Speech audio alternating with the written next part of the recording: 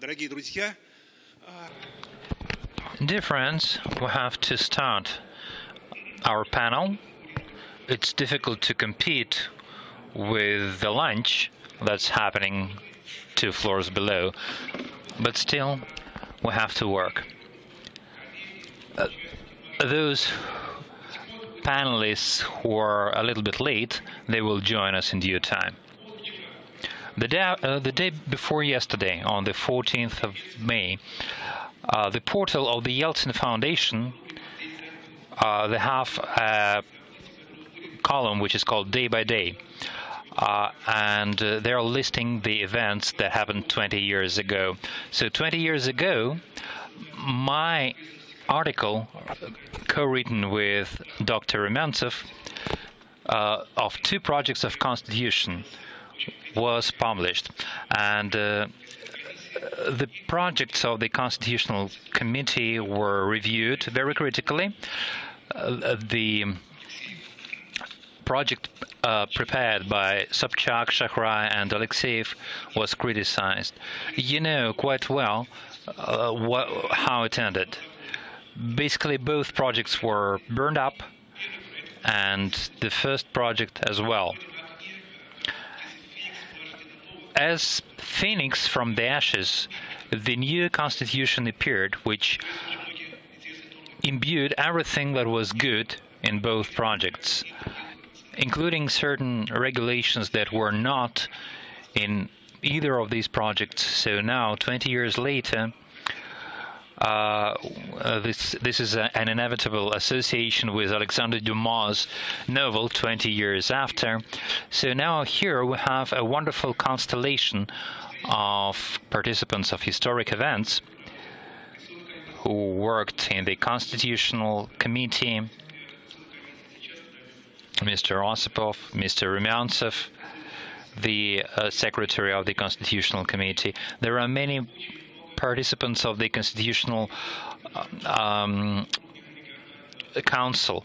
There are many people who are working on regional levels. Mr. Knyazev, Justice Knyazev from the Constitutional Court, who was the chair of the committee to write the charter of the Primorsky region.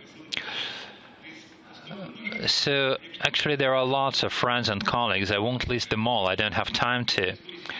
You're actually creating the constitutional history right now. So we're now opening this jubilee year, this anniversary year, by celebrating this constitution and discussing the problems that haven't been solved yet. One of the problems that hasn't been solved is the problem of direct action. Our scholarship and our legislators, the judges of the Constitutional Court, we don't have the mechanism of the constitutional direct action, and it has to exist. It has to influence the social structure, the society, the mentality, the everyday life, the political life, and so on. There are many opinions about what a constitution is. There is one, Dr. Tolstoy from Novosibirsk University, who said that constitution is not the basic law and it cannot act directly. This is an opinion which is, I think, a little bit extreme. There is a softer opinion of my good colleague, Valentin Yershov, who writes that the action of constitution is one of the self-regulation mechanisms. There are other points of view which we won't discuss in detail right now. There are also more comprehensive and objective evaluations that the Constitution is acting in full, not just in its legal plane, but also in the political plane, in the ideological, spiritual plane. And 20 years hence, we see that the Constitution exists and our state exists. As an expert of the Constitutional Committee, I can tell you with full confidence that we were on the edge of the destruction, of the demise of our country, and Constitution saved it, or at least participated in saving it. So this is a matter for the future. And the problem of direct action is connected with the fact that law or constitutions are directed towards the future. They are very rarely backward-looking. In textbooks, it says that constitution reflects the balance of forces and the actual distribution of forces, which isn't true. The constitution always looks into the future, corrects the existing things, existing rules and laws. So it's very difficult to ensure the mechanics of direct action of the Constitution, because this is a mechanism that looks into the future, and it is implemented in different ways. It is a program. It is a blueprint for and a framework of legal development. It's also a specific legal institutions and specific legal regulations that have to be enforced. Direct action of the first article of the Constitution, the basics of constitutional structure. The Constitution is acting as the sum of its articles. The higher the level of the subjects of constitutional relations, the more often the Constitution acts on its own, without any intermediary links. The lower the level of constitutional regulation, the more often we see parallel or joint developing legislation within specific fields. And sometimes the link is lost on lower levels in everyday life. Quite often we don't see the acting of the Constitution. But from our school years, kids see how the Constitution influences their life, how the Constitution brings them up as free people.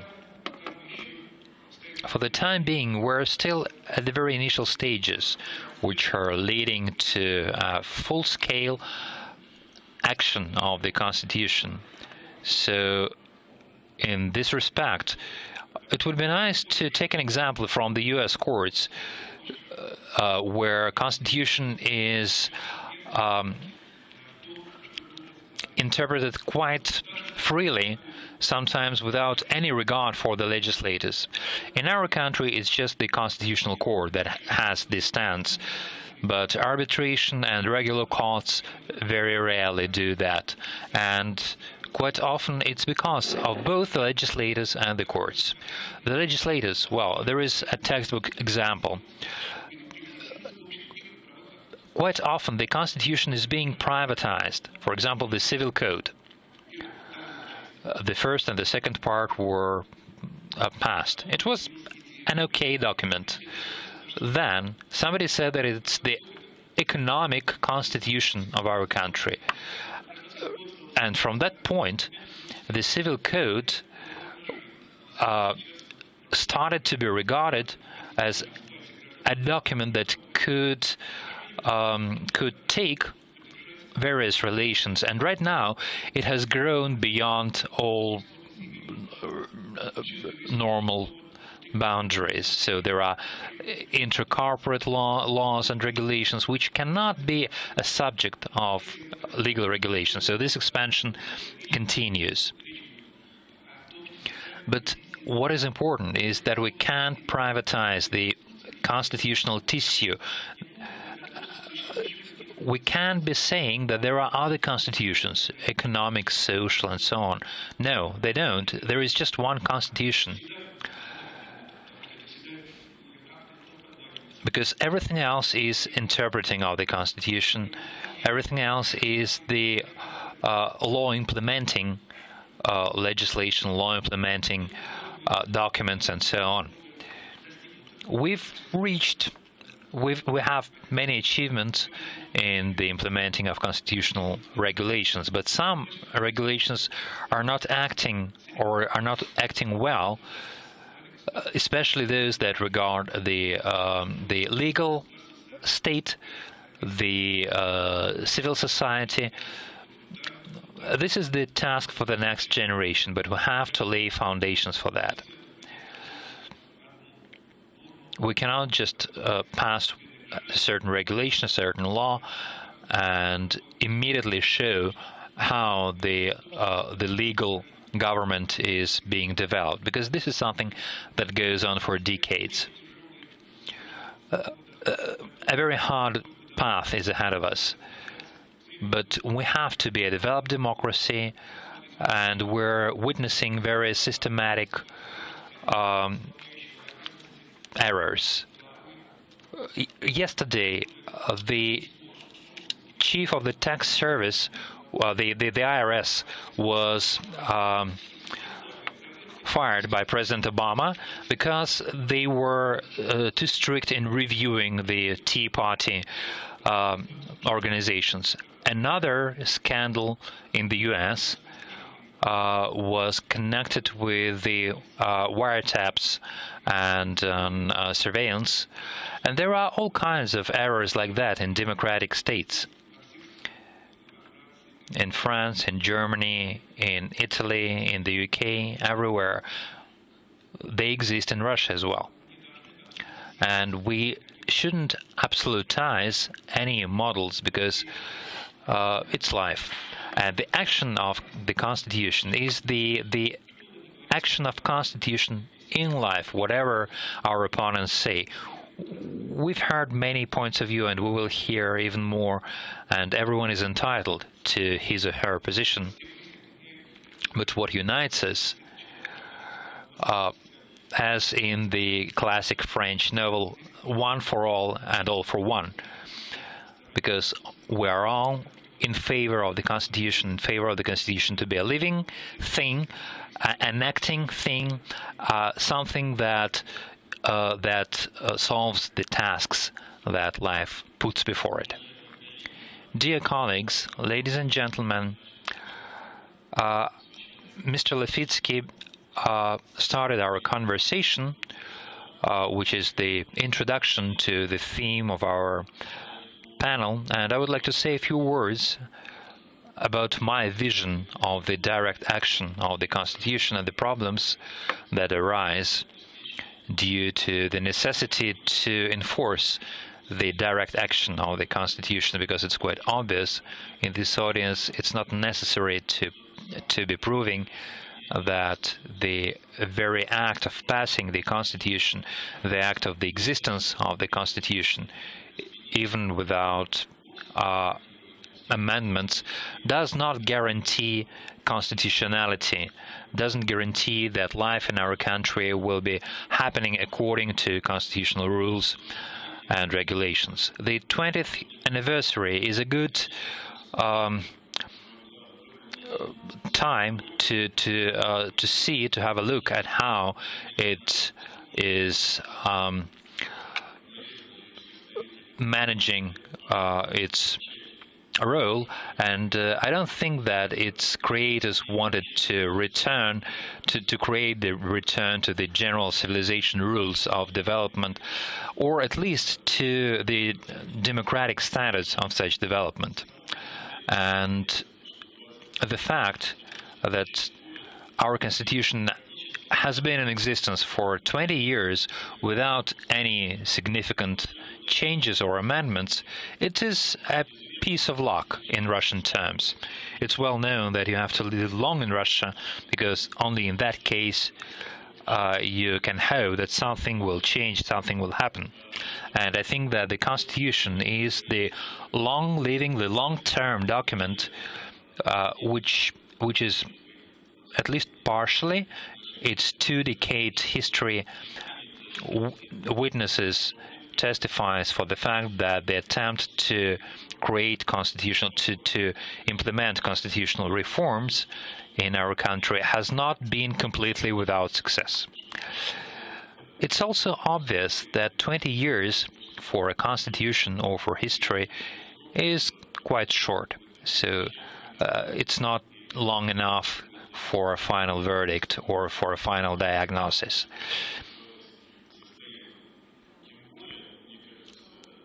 all the more so because now trying to rethink the meaning of the Constitution for the legal system and for the state in general, we have to keep in mind about the conditions when it was adopted, when it was passed, about the confrontation between the parliament and the president, the transitional period when it was passed, because many people called it the Constitution of Transitional Period. Let's talk about certain rules that will bring us back into the bosom of the European civilization, and then later calmly we'll work on the actual text of the Constitution, which is a task for many decades or more.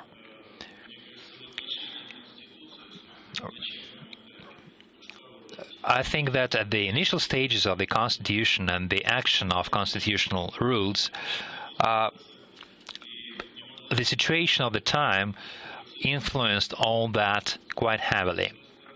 On the one hand, everything was wonderful. There was a referendum, there was a popular vote. On the other hand, for long years after the adoption of the Constitution, many attempts were made, including those by our colleagues, that to prove that the Constitution wasn't passed, that there were not enough votes in the referendum. And back then, I worked in the election commissions, and some of the actions of those commissions and of the public authorities were not very apt. But you have to agree that right now there are directives from the Central Election Committee to destroy the bulletins, the ballots, and to report in a month's time about their destruction. This doesn't allow us fully to discard all doubts. Well, this is history now, recent history, but still. Speaking about the contents, the text of the Constitution, we can say that our Constitution doesn't deserve to be reprimanded for anything serious. All the generally accepted constitutional values typical of foreign constitutions, the democracy, the rule of law, the supreme value of human life, the division of powers, political and ideological variety, federalism, local regulation, the priority of the principles of international law, all that was directly written into the text of the Constitution. So many people acknowledge that textually our Constitution is not inferior, but in many respects superior to its foreign counterparts. The text of the Constitution, its content, is not a value in and out of itself. To have a positive effect, to hope for its action, for its actual influence on economic, political, and spiritual development of the country, the text of the Constitution, its basic rules, have been implemented in specific activity of public authorities, in the specific activity of the institutions of civil society, and in everyday life of every citizen.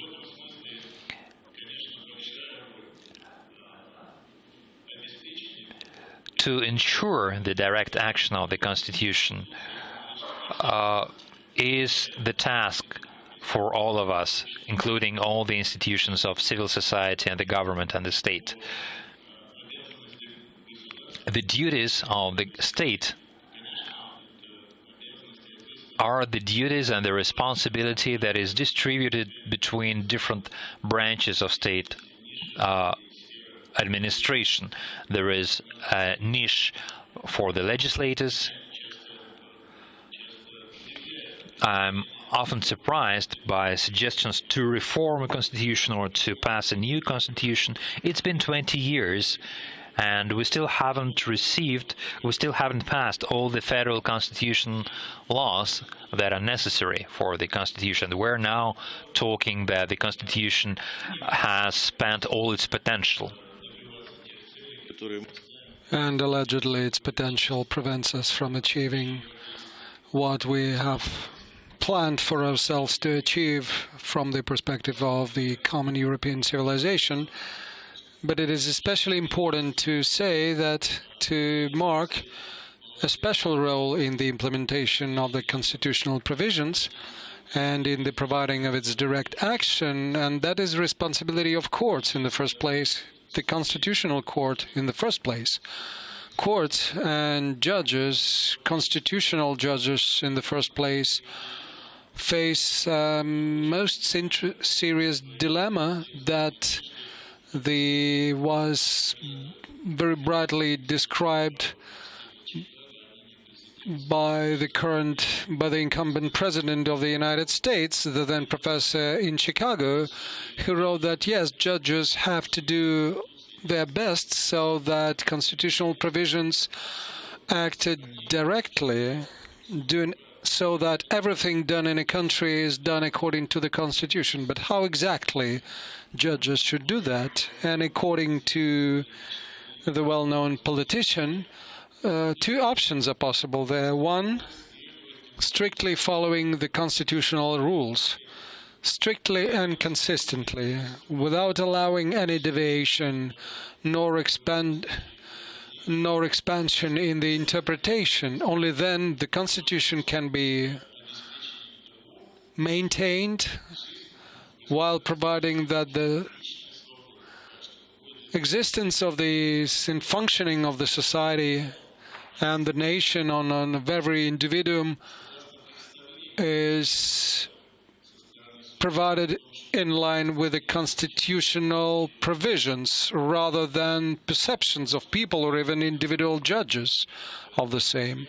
However, option 2 is also possible, where no one would reject the need to strictly follow the constitutional prescriptions, nor allowing any possibility of revising the cornerstones of the Constitution. Still, under that option 2, the Constitution would not be perceived as a dogma once and for all prescribed to address whatever issues or problems that the nation faces. And from that point of view, according to the incumbent President Obama, it is much more preferable to have the second option around, where the Constitution, while maintaining its cornerstone function and its basic rules and provisions, should also be applied and interpreted by judges with a good view of the particular context and, not less importantly, implications of the application of the constitutional provisions. In this regard, I believe what I try to refer to right now is very much in line with the position of the chairman of the Constitutional Court and the whole bench, Mr. Valery Zorkin, I mean, and the whole bench of the Constitutional Court of the Russian Federation. Everybody knows his classical thesis that the Constitution is a live organism rather than a rigid manuscript. And it's important to provide its implementation and development and that is the role for judges of the Constitutional Court to play in historical interpretation, while understanding that the authors of the Constitution were not able to come up with never to change strict prescriptions or recipes based on which we should try to provide direct action of the Constitution. And from that perspective, and it's in line with the practice of the Constitutional Court of the Russian Federation, this second approach is more likely to be found in the basic foundations of the activity of the Constitutional Court of the Russian Federation, and I think that allows to maintain basic constitutional values while at the same time providing for the development of the Constitution. And let me also refer to a quotation by a well-known Russian polemicist, Valery Panyushkin, who wrote an essay, The Constitution Day, where he wrote that the attitude towards the Constitution should be such that, on the other hand, the Constitution be not the photo album of your own childhood, nor, or on the other hand, it should turn into Dorian Gray's portrait, one where we are perfect and nice and all our parameters have been secured forever. On the second hand, talking about the development of the Constitution, knowing it must be, it cannot but happen that way because the nation and the state are developing. We still may not allow deviation from the Constitution or constitutional flaws being attributed to the Constitution itself, turning it into Dorian Gray's portrait.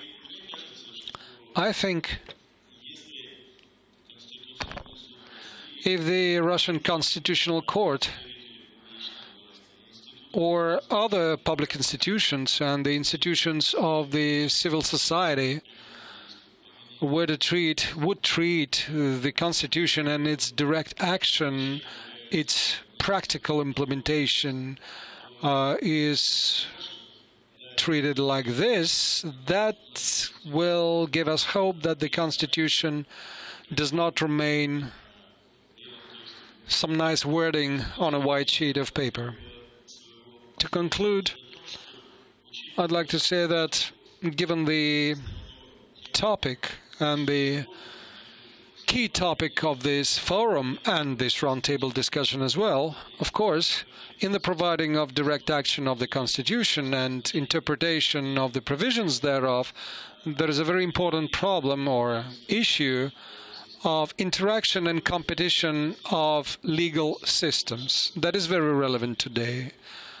There's no denying that our perception of the Constitution and providing of its direct action is impossible without any linkage to the international legal system as a whole or the European legal system as a part thereof.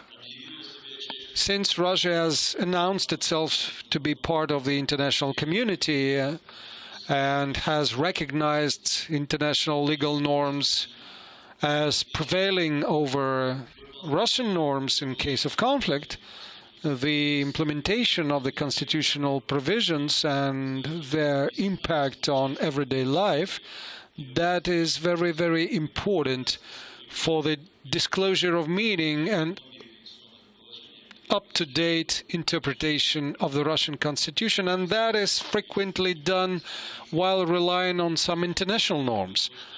Lately, if you observed the activity of the Constitutional Court, you would know that lately, as its argument for its interpretation of the Constitution, when considering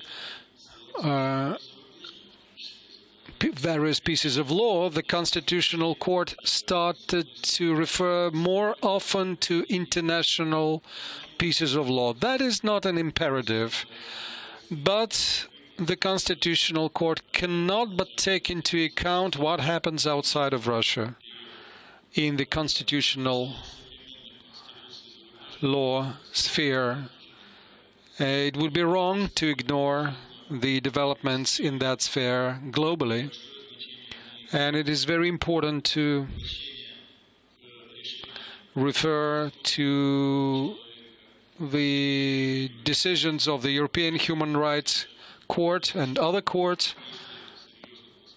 if you seriously look at the wordings of the decisions of the Constitutional Court, especially lately, you will see many references to the Human Rights Committee and the conclusions of the Venice Convention and many other international organizations. This is not to say that the reliance on international, especially the foreign, especially international provisions and taking into account international experience is the main line for the development, for the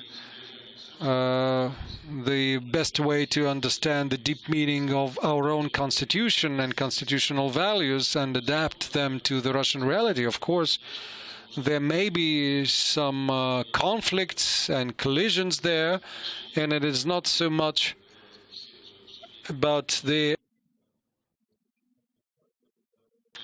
but especially when the constitutional provision and its direct action is bound to come into collision with international law. Let me remind you of a well-known situation with the decision of the European Court, Hulst versus the UK, where the European Court recognized that the European Convention on Human Rights Protection provides that that convicts must not be deprived of active electoral rights. And many of you will know the Russian Constitution explicitly deprives lawfully convicted inmates from exercising their active electoral right. There has been no collision or conflict between the European law and the Russian law, but when it happens, and it could happen, there will be a question as to how to address that. There have been more referrals to the Constitutional Court regarding the customs code of the customs union as the tools of violating rights. That is an international treaty, maybe of special sorts, but still, and it seems to fully displacing internal national regulation.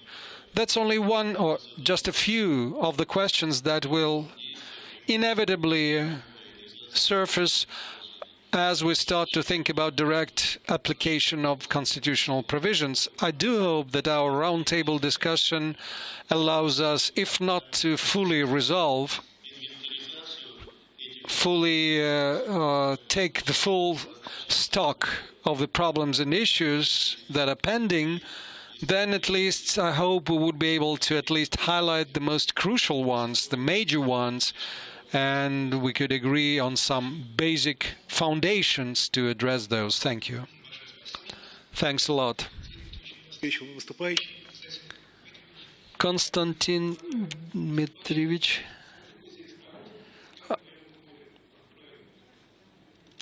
You can speak from where you sit, I think, or...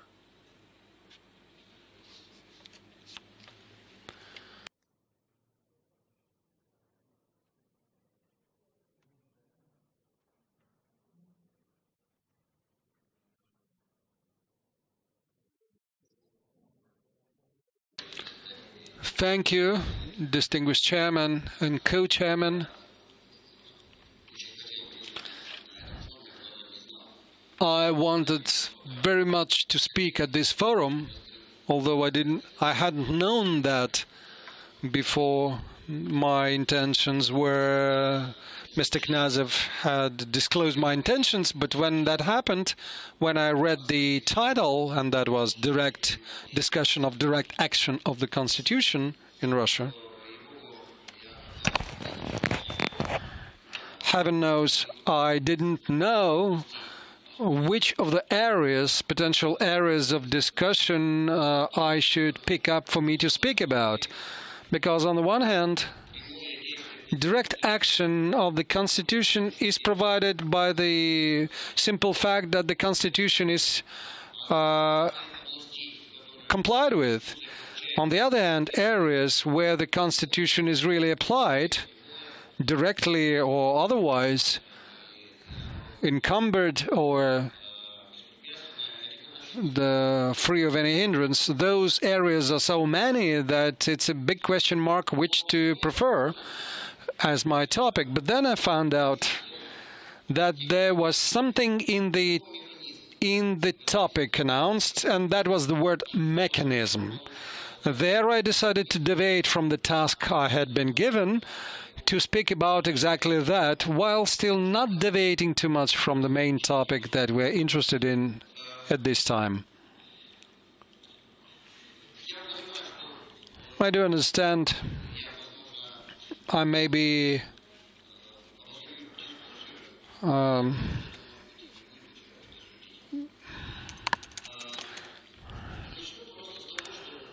fuel this debate, but hopefully not too much. The Constitution, there is a statement made by someone that there are no mechanism in the constitutional law, that law doesn't contain any mechanics at all, and therefore there are nothing to provide action of the Constitution. So that there is no direct action or indirect action. Because the way I see it, constitutional mechanics does not exist, nor has it a right to exist, in my view. In legalese, there are many terms from mechanical regulation, and they are found aplenty. We know words like mechanism of responsibility, mechanism of social safety net, electoral mechanisms. Now we have the mechanism of direct action coming from the same notions or concepts, something very mechanical. I can imagine an argument against this, that a mechanism of legal regulation or any other mechanism is just a figure of speech. A convenient thing, a convenient metaphor, which does no harm, which is just part of the legalese we all use. I do not completely agree, because unlike people who often made mistakes or fantasize, the language, human speech as such, does not lie. It is much more prone to truthfulness, and the way the words you select along with the context of speech will show the speaker, and sometimes show much more about the speaker than he himself intended to display. Conscious or especially unconscious application of mechanical terminology quite precisely reflects the legal picture of the world that dominates our minds. I'm no exception from that.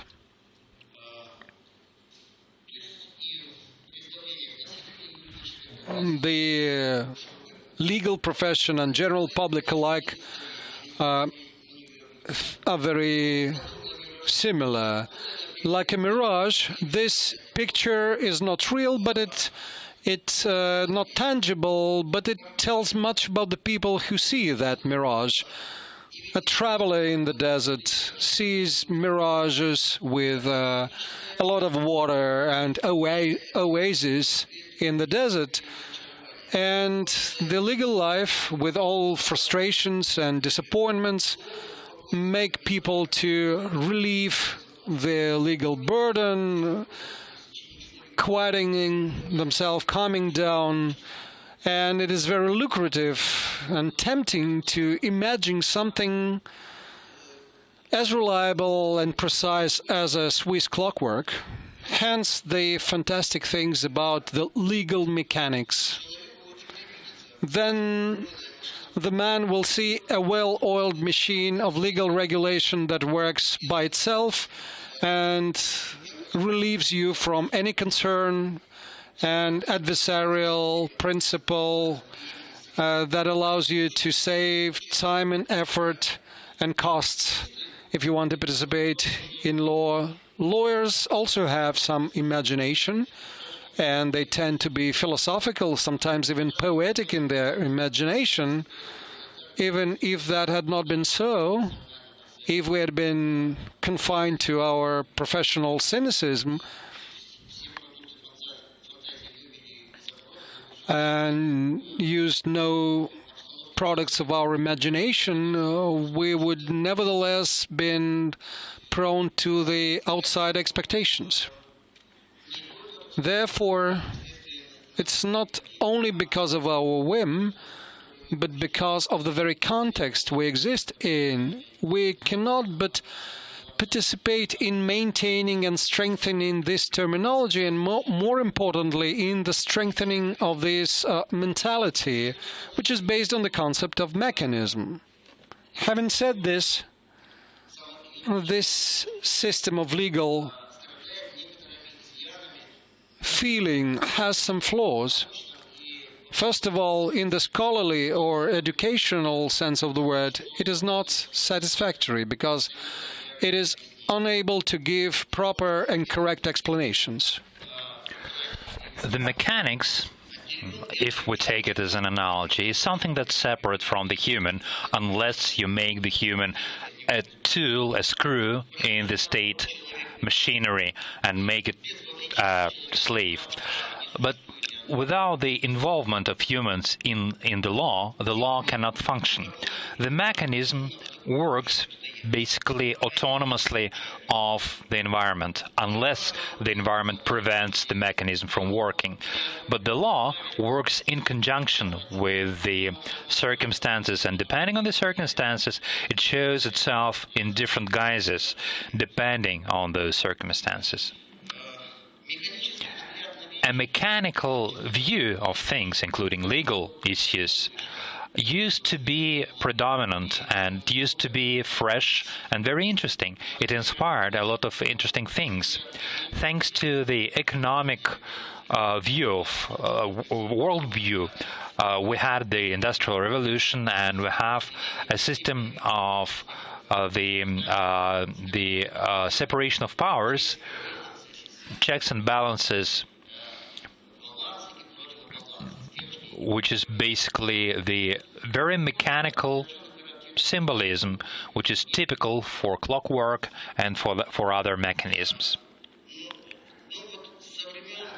Since Galileo and Newton, some time has passed, and the time when the mechanical theory could be predominant, it's in the past. It has been replaced by new ideas, structuralism, cybernetics, organic views.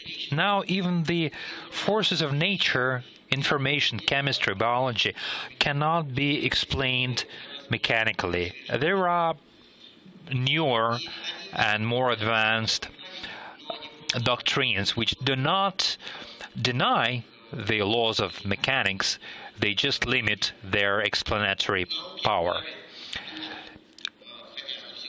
With the legal scholarship, the situation is the same. It lags behind the natural sciences, but we have psychology, sociology, phenomenology, the theory of legal communication, and given all the faults of these doctrines, they give a more balanced view of law and constitution.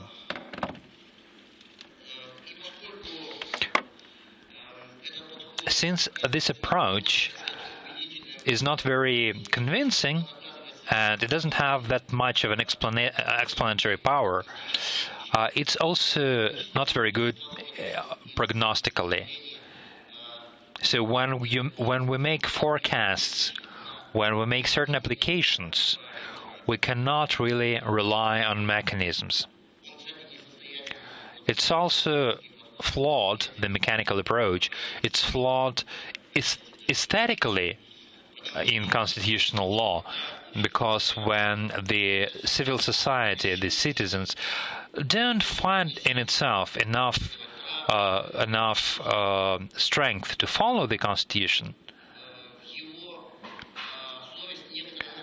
the conscience is partly unburdened, but this is an illusion.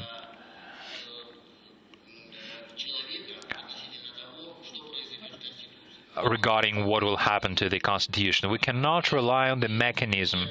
We cannot neglect the human as an actor of legal relations. It's a very wrong idea. These remarks and these reproaches do not make the position of mechanical views on Constitution quite hopeless.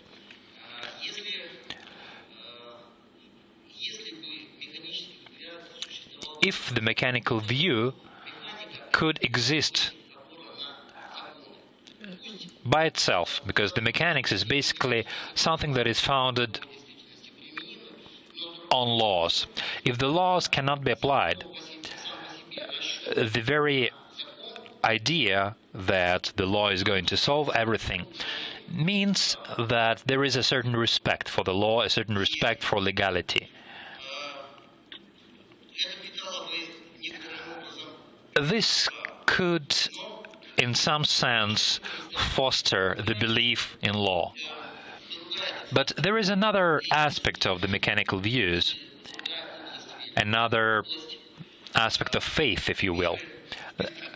This is the faith in the boundless power of the mind, of reason, and its the willpower that can change the world. If we take it as an image, it's not just the dominant force that a human should follow, but something that man can subdue for his needs. So if we take the Constitution mechanically, we have to see a mechanic next to it, a mechanic who manages that, a mechanic who works with these tools. And you have to see the picture and see that the situation where the law should be predominant, the situation changes, where the Constitution is a subject at all. When the Constitution is just a tool, they are no longer the dominant force, because they create the mechanics, because the mechanisms are created and managed by people with their ideas and predilections. And it's just a short step to voluntarism. So the dominance of voluntarism over the law or over the Constitution, it's something that can happen.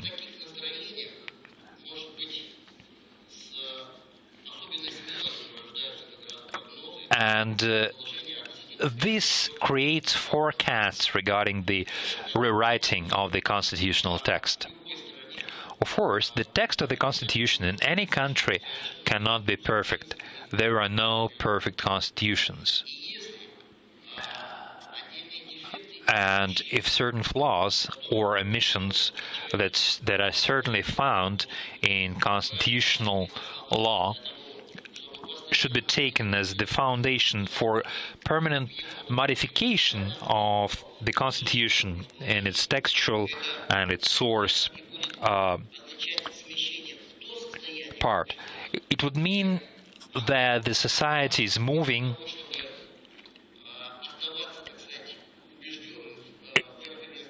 it does not remain convinced in the rule of law. It becomes the master of the regulations that are supposed to be the rule.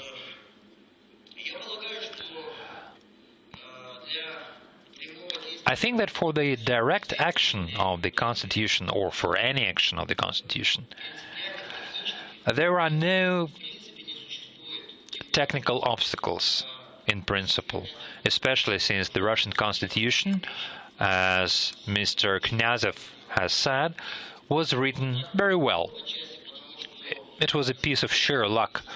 The Russian Constitution was created after the humanity, the mankind has gone through a long stretch of constitutional history.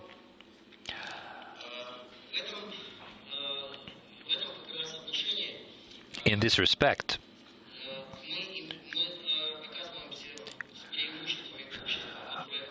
we have the advantages of the society that has a very well-written constitution.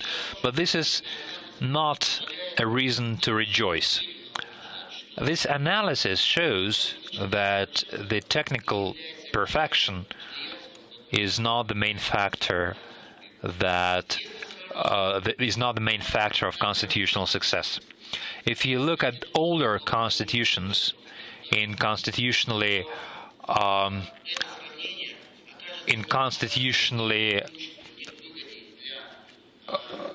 solid societies, the comparison would not be in favor of good constitutions in non-balanced societies.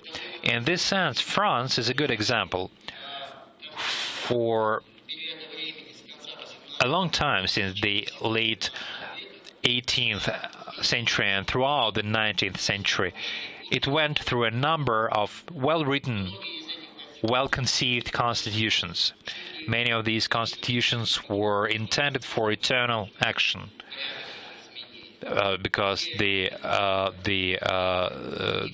methods of change were very difficult. But they were all swept aside by the tide of history, all until a very schematic and flawed three constitutional laws of 1875.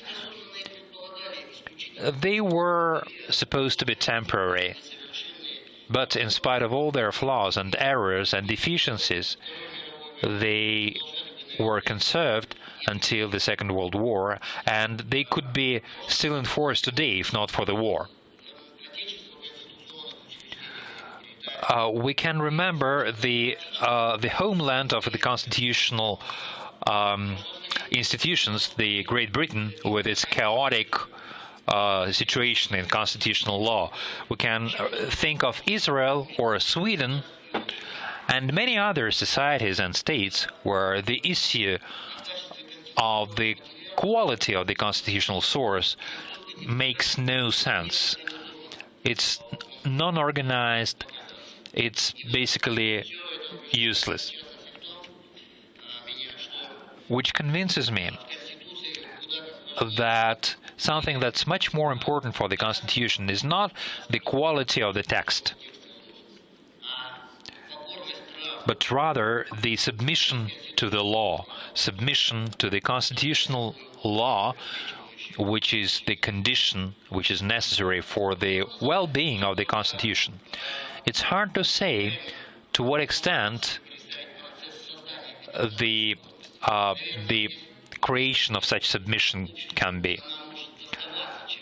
I think that the society can be handed down, this submission, rather than created.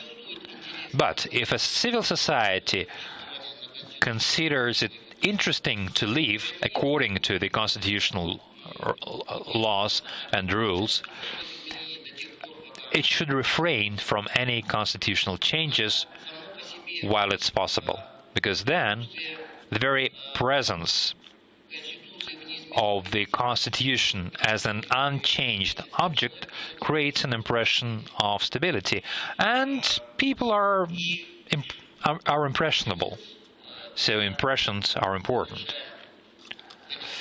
So, concluding my talk, I would like to return to the idea of the rule of law. The rule of law is the condition which doesn't just have this nice side. The rule of law sounds nice, but the rule always has the flip side. If something is superior, there is submission as well. So a human has to submit himself or herself to the rule of law, to rein in the hopes and reasons, and this is not a pleasant state, because submission is always non-freedom. But we can have consolation in the fact that when we submit to the law, we receive a different kind of freedom in exchange. We receive the freedom from excessive power of the state, from excessive regulation that binds us and our choices. And this is something that I would like to conclude with. Thank you. Thank you.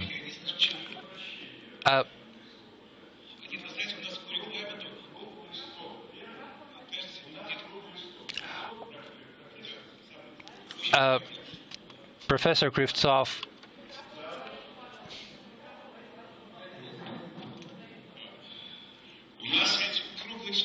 this is a panel, right? Well, certainly, no doubt.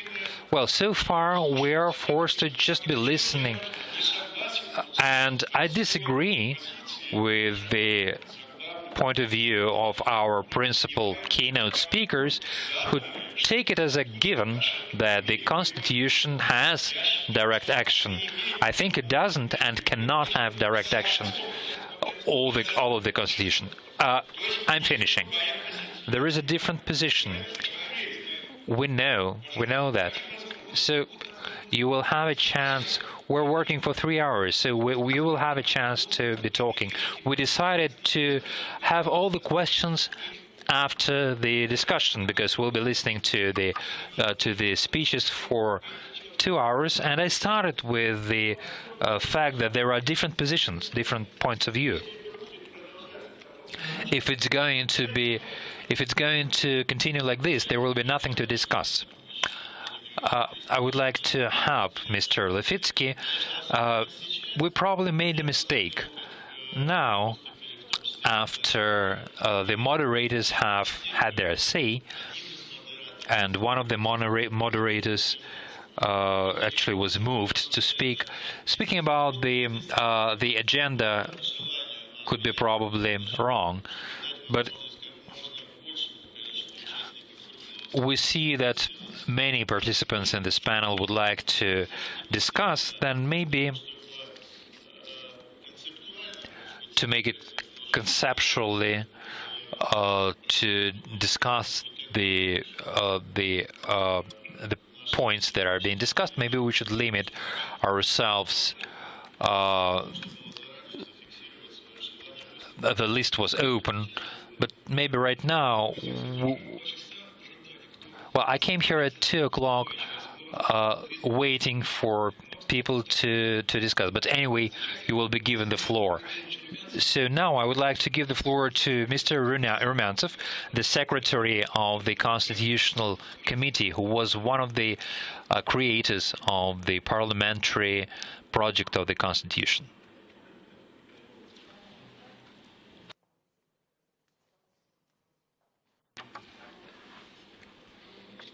Thank you. The history of the creation of the Constitution is something that we come back to it. You're saying about the Parliament project. The project that was prepared for by the Constitutional Commission was the foundation for the Constitution that we live by. About 60% is the text of the Constitutional Committee. The Constitutional Commission was headed by the President of the Russian Federation. It included the General Attorney by Vice Prime Minister Shahrai, and it was a kind of a mini parliament out of 102 people. And we were discussing with Mr. Alikov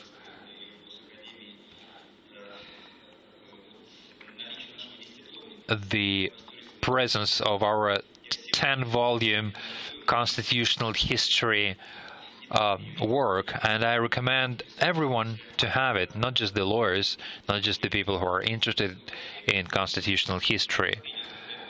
You look up the encyclopedia when it's necessary. This is an encyclopedia, and I spent about 5 years of my private life for that. I was a businessman, but at night time I was working on that. So this is the project of the Constitutional Commission, not the parliamentary project.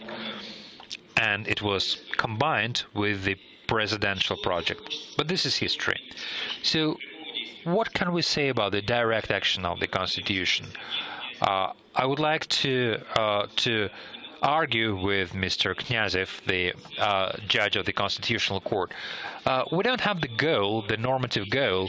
We have Article 16, Part 2, which says that no articles of the constitutions cannot contradict the basics of the constitutional structure. Everything is okay in theory, but this is the actual rule of direct action.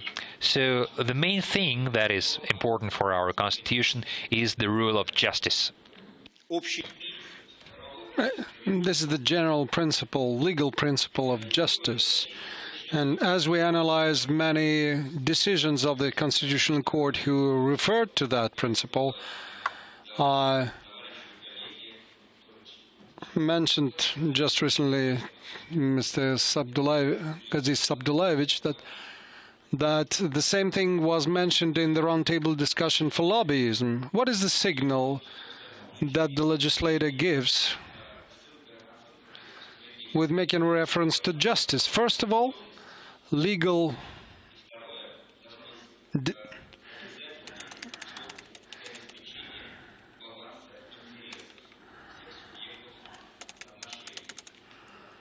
it's legal certainty and providing a good balance of all entities involved. As we talk about direct action of the Constitution, it's very important the way we apply the Constitution in the relationship between the state and economic agents. And as we do so, it's important to note what is the way we use the norms while using the principle of justice. There's much to be done in that area. There's nothing bad that judge, or how to properly say it, Mr. Judge or Your Honor, well, Sergei Dmitrievich, there's nothing bad in any ideas of making amendments to the Constitution. If some norms in Articles 4 through 6 prevent us from directly applying the Constitution, let's use the mechanisms of making amendments. It was done back in December of 2008. Why don't we amend those parts where change is needed? Much is said about social welfare state, but look at the two principles of norm that are detached one from another. 7.1 social welfare state, 9.1 land and natural resources as the foundation for the activity of nations. If we look at the CIA World Factbook, according to that, Russia last year had the per capita GDP around $13,000, while Norway 96.5. Norway did, which doesn't say it's a social welfare state in its constitution. Russia has it written. Land and natural resources will only become the foundation for the well-being of the nations once we have started doing socialization of the subsoil. Norway is not afraid of using the administrative model of rental relations, while we are somewhere in between the mixed form and the liberal form. We're so proud of being liberal. We mentioned the balance. It's been 20 years now, but still there's one and the same model of the Gaidar economy, which, in my view, a gulp of fresh heir was the Primakov-Maslyakov government of 1998 or 99 or so in this regard. Getting back to that, if we need to strengthen the socialization factor in mineral resources use, then we will have factors that are required for conducting a social policy. And many issues were mentioned during the recent meeting between the president, and for that to happen, the role of the parliament should be strengthened. The results of privatization, let's not shoo-shoo the problems. There is the Stepashin report.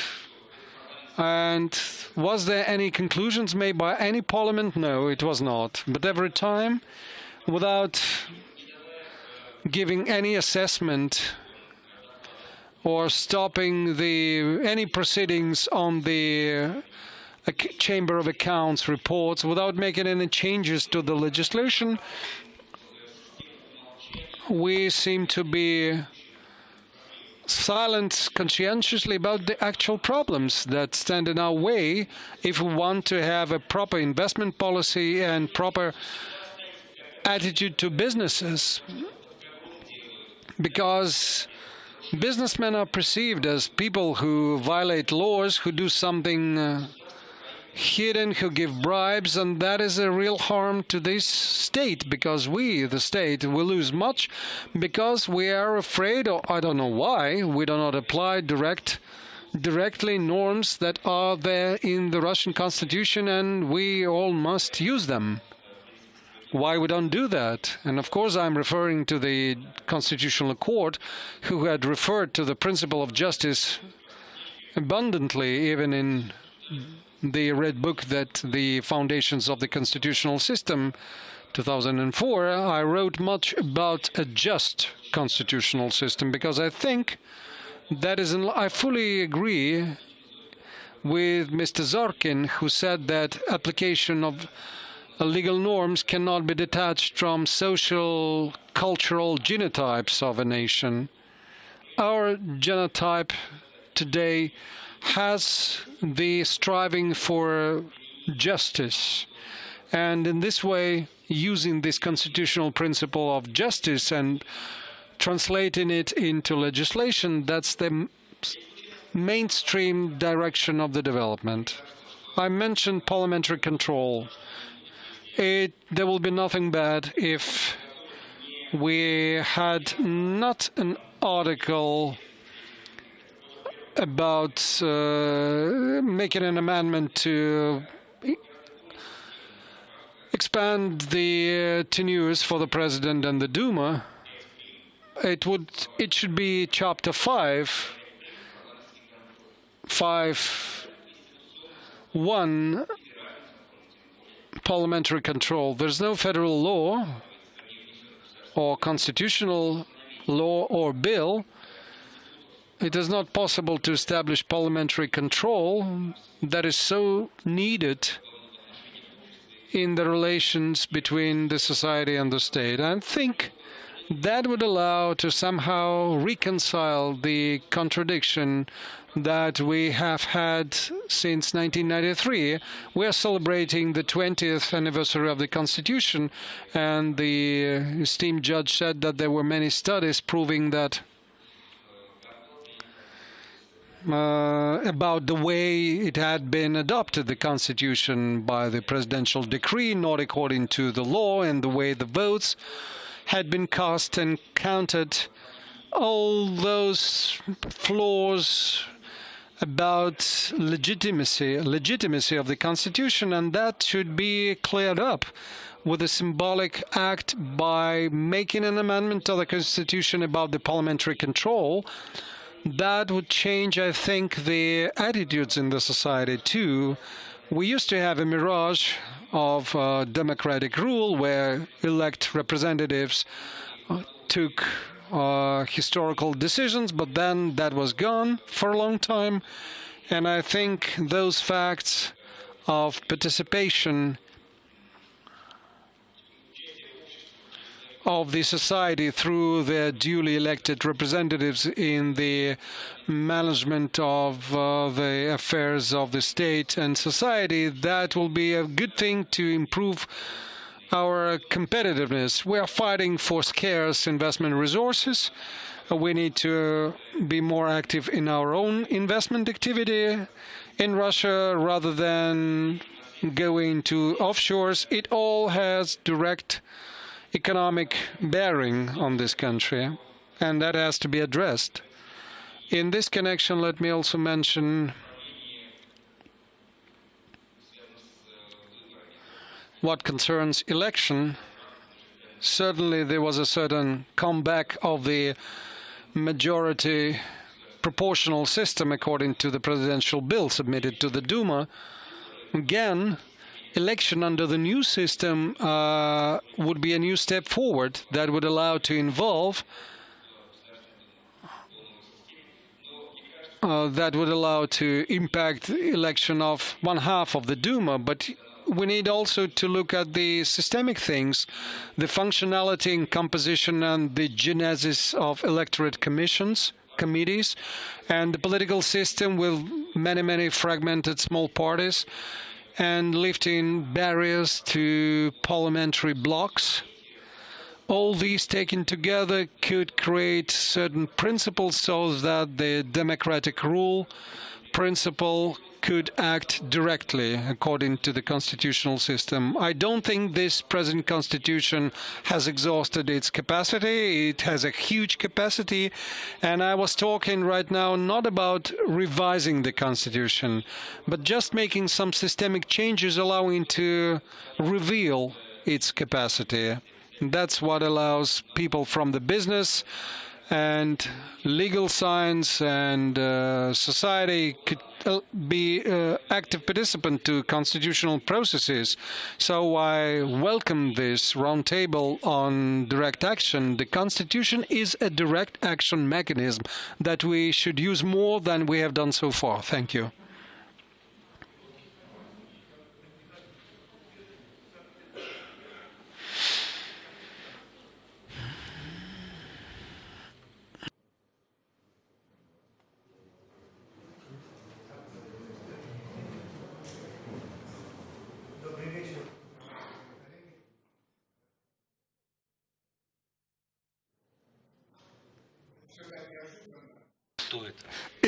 It came so unexpectedly, and this forum seems to have been so unexpected for us, people of St. Petersburg, and that speech of mine was unexpected. Anyway, we all see each other here. It's such a pleasant thing, so many nice faces, so nice to see. I think I don't have any articles on direct action of the Constitution, and it seems everybody interprets direct action of the Constitution in his or her own way. Whatever happens can be interpreted as direct action. Let me share some things based on my recent studies, which are very simple and self-obvious, but still they bring about results that make myself scared a little bit. So, a few simple things. We do have Article 5 of the Russian Federation Constitution, which says that the federal constituents also have constitutions. It would look like, well, that's there. But we all know that constitutions or charters of the federal constituents are something that do not exist because they're all taken from the same template, and they are not, in the full sense of the word, constitutions of the federal constituents the way we understand constitution. Why? Because there is a notion of constitutional model. That's a good theoretical thing. We say that this is a constitutional model we have, this is a constitution we have. But as we talk about this federation, where federal constituents should have constitutions, then, therefore, they should also have their own constitutional models, which may be different one from another. At least that. While all we have Here they are replicas of one and the same sample or model, despite the fact that in real life, constitutional cultures in different regions in Russia are as different could be. And the constitutional culture is what underlies the constitutional model, doesn't it? I started thinking about that when I came to visit my friends, lawyers in the Caucasus, and they explained to me that those Caucasian republics were actually living in a different legal system. They go to Sharia courts, they use Adaka courts, mainly for civil suits, civil acts. There are some callings from the European courts that we should use European principles here, which are very inconsistent with Northern Caucasus, for one.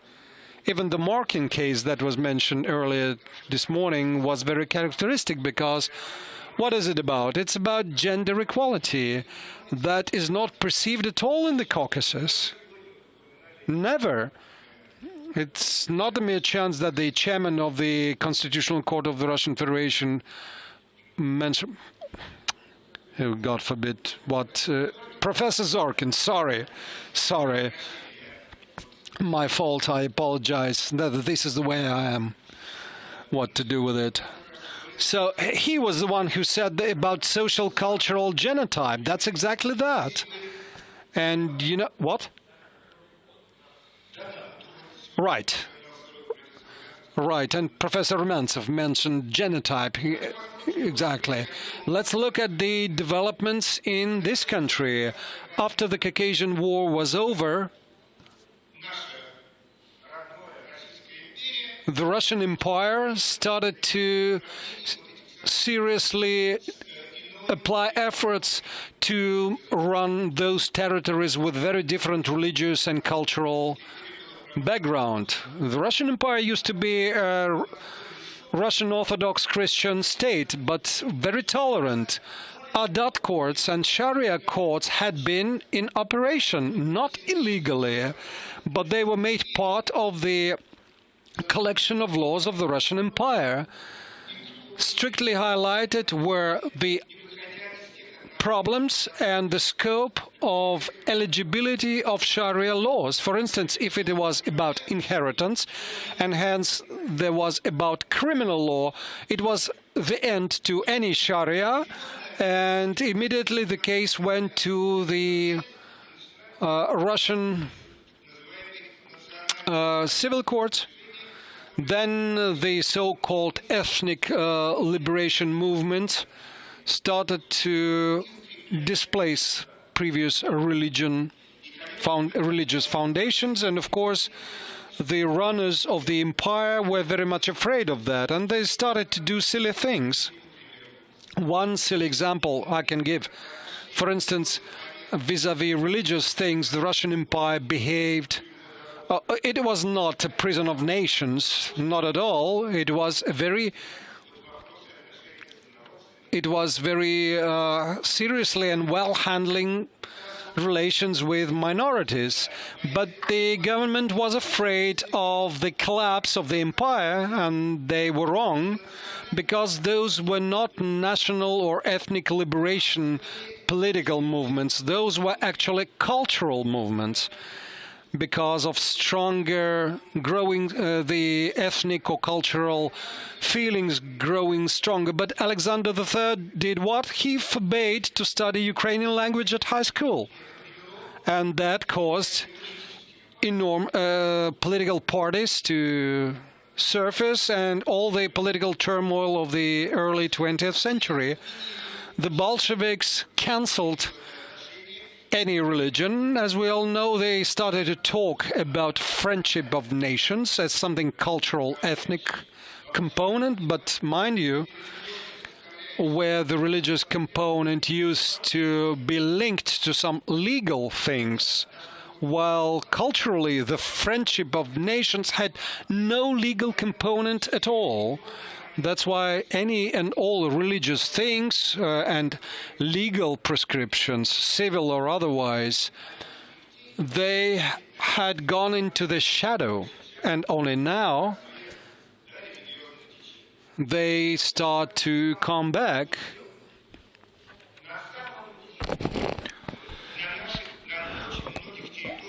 On many areas of federal constituents, there is a certain constitutional culture, and we can't say that it's ethnic-based.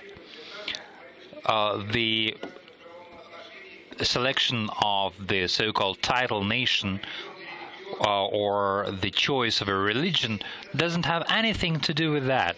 This is the culture of cohabitation of people of different ethnicities and religions. There is experience of that starting from the Imperial Russia, which could balance that and mix that religion and culture, so people in one areas could live together.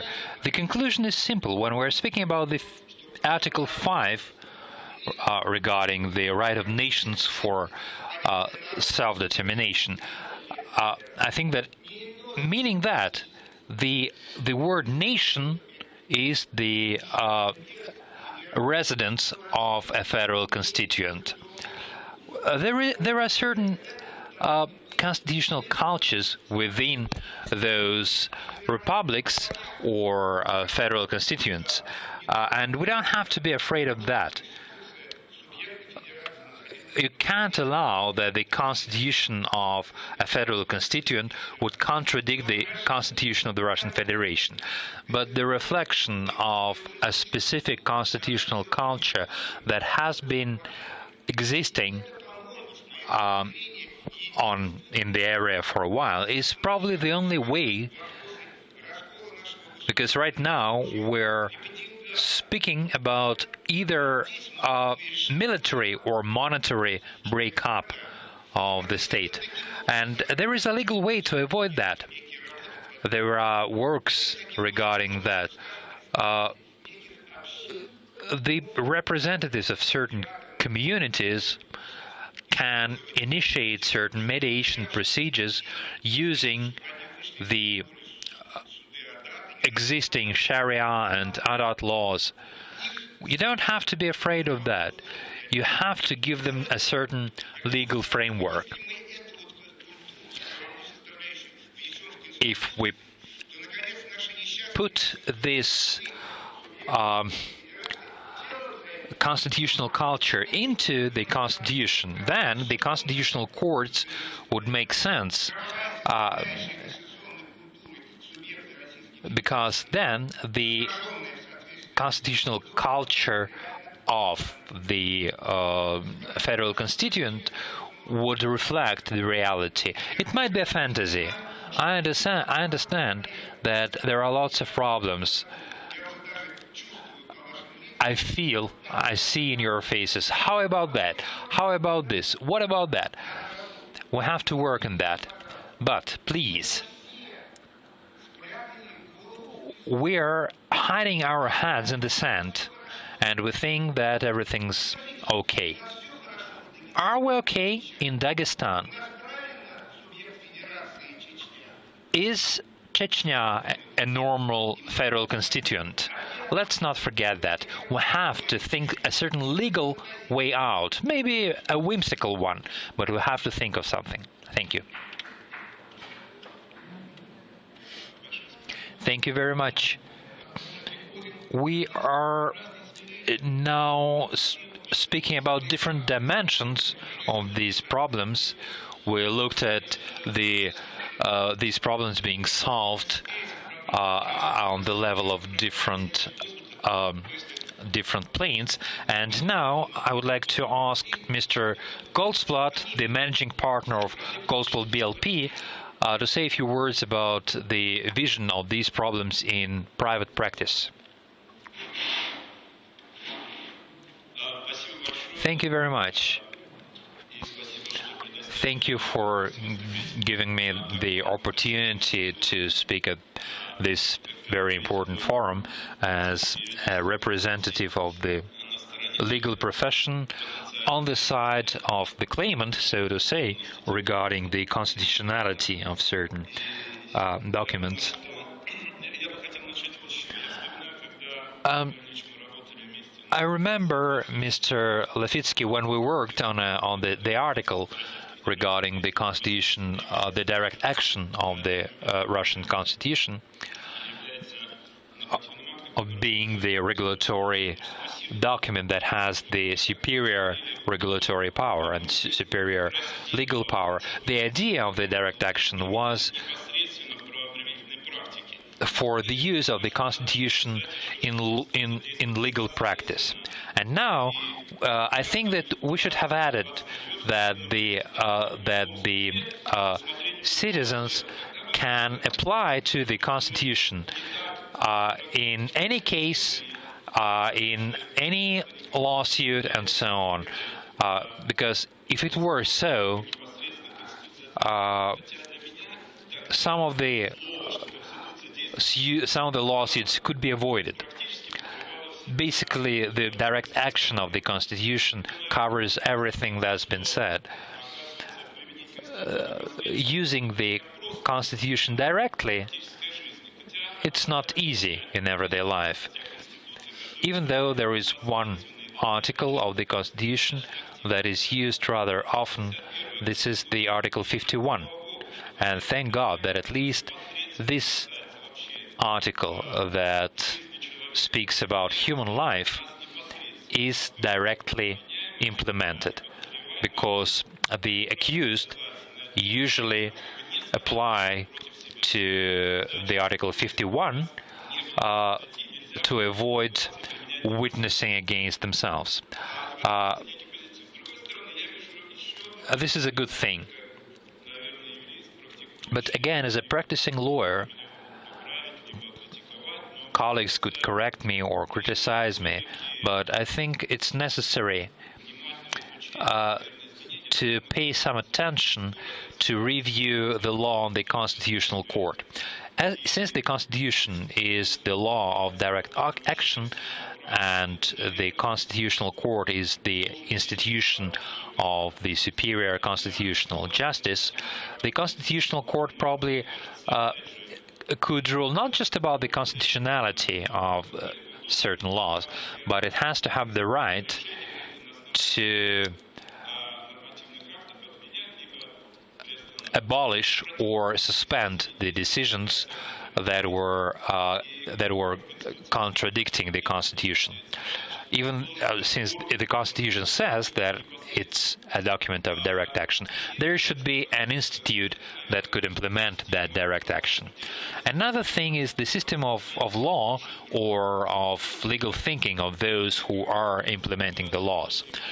Preparing for this conference, I looked at the most recent decisions of the Constitutional Court regarding economic and business activity, and it was my impression that they are all dealing with the Superior Court of Arbitration.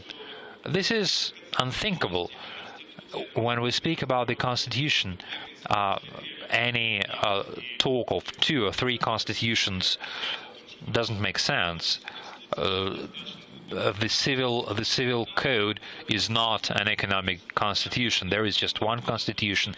It is the basic law. It's not worth our breath to discuss it. If we agree to that, the directness of the constitutional action should not be argued, and it should not lead to arguments with other court entities that are now being created or are suggested to be created. So now when we read these decisions of the Constitutional Court regarding the real estate deals, why does the Constitutional Court have to correct the actions of the Arbitration Court? This has to be corrected. I don't know how, but I see that it's a problem. It's a problem of non-implementing the direct action of the Constitution. Finally, the legal thinking and the preparedness, the readiness of the legal profession, of the people of legal profession to accept Constitution as the document of direct action in commercial relations. I don't remember the courts, and we have lots of them, where the articles of the constitutions would form the basis of the judicial decision. So I think the main reason is probably legislative. If we say that the Constitution is the document of direct action, that's not enough.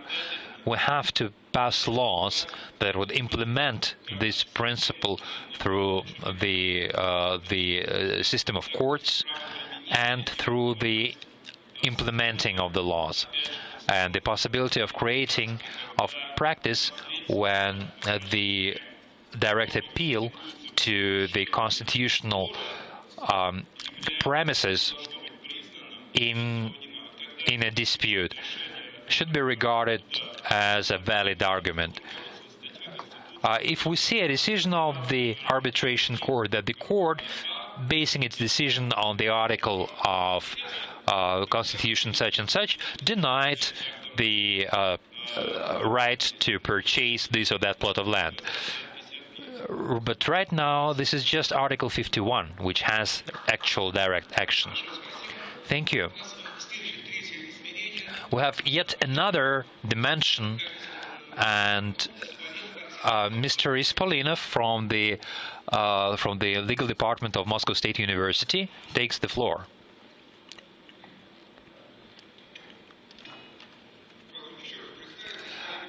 I'm Alexei Ispolinov. I am the chair of the Department of the International Practice of Moscow State University. It was with pleasure that I accepted Mr. Levitsky's invitation. I love to come to panels that are devoted to areas others than mine: civil law, criminal law. And this invitation was also very welcome, because I think I have a thing or two to say regarding my specialization, which is the European Union law, the European Union Court, international courts, including the European Court for Human Rights, and the Eurozes, which is our new international court. I listened with great interest to all the talks, but I only once heard the question, what do we understand by direct action? So far, for me, I haven't received a good answer. I can draw an analogy with the European Court. There is no direct application. There is a direct effect, which is a very specific rules of the founding contract, which it considers its constitution of sorts, which have to be used directly by individuals in their national courts. So these are, there is no discretion. So, for example, a ban on gender discrimination. So somebody comes to a national court, any national court, and he says, Your Honor, I think that the national regulation contradicts the law of the Constitution of the European Union. In that case, the national rule cannot be applied. The law that has to be applied is the law of the European Union. That's the essence of the vertical direct effect. What about horizontal? Somebody comes to the court and he says, I think that in my dispute with another individual, the norms of national law should not be applied. And if the court agrees that the international law has to be applied, they agree that the norm of the national law has to be set aside. But the law of the international community has to be used instead. So I think when we're talking about the direct action of the Constitution, this understanding of European law is the best fitting for this. If we're speaking about direct action, it means that anyone can come to the national court and say, I ask not to apply, in my case, the national law because it contradicts the laws of the European Court. After that, I have a number of questions. Which rules of the constitutions we have in mind? The European Union says it very succinctly. Do we have specific and unambiguous rules? That's question number one. Who is to decide which constitutional rule has direct action or direct effect? Any national court, a district court, I think that this rule has direct effect, and they decide not to use the national rule. In this case, we risk the fragmentation of national legislation because local judges will interpret the constitution and everything else. And there is a mechanism in the European Union for dealing with that. Any national court that has doubts about the use of the direct effect, they have to ask the European Court. And we have uniform application of the European Union legislation. We have uniform application of all norms and uniform application of that norms by all courts. The Supreme Court of the United States, which is also very interesting a topic because there are many parallels between the European Court and the Supreme Court of the US. There is a different mechanism because they have take a case and solve that case. We don't have that.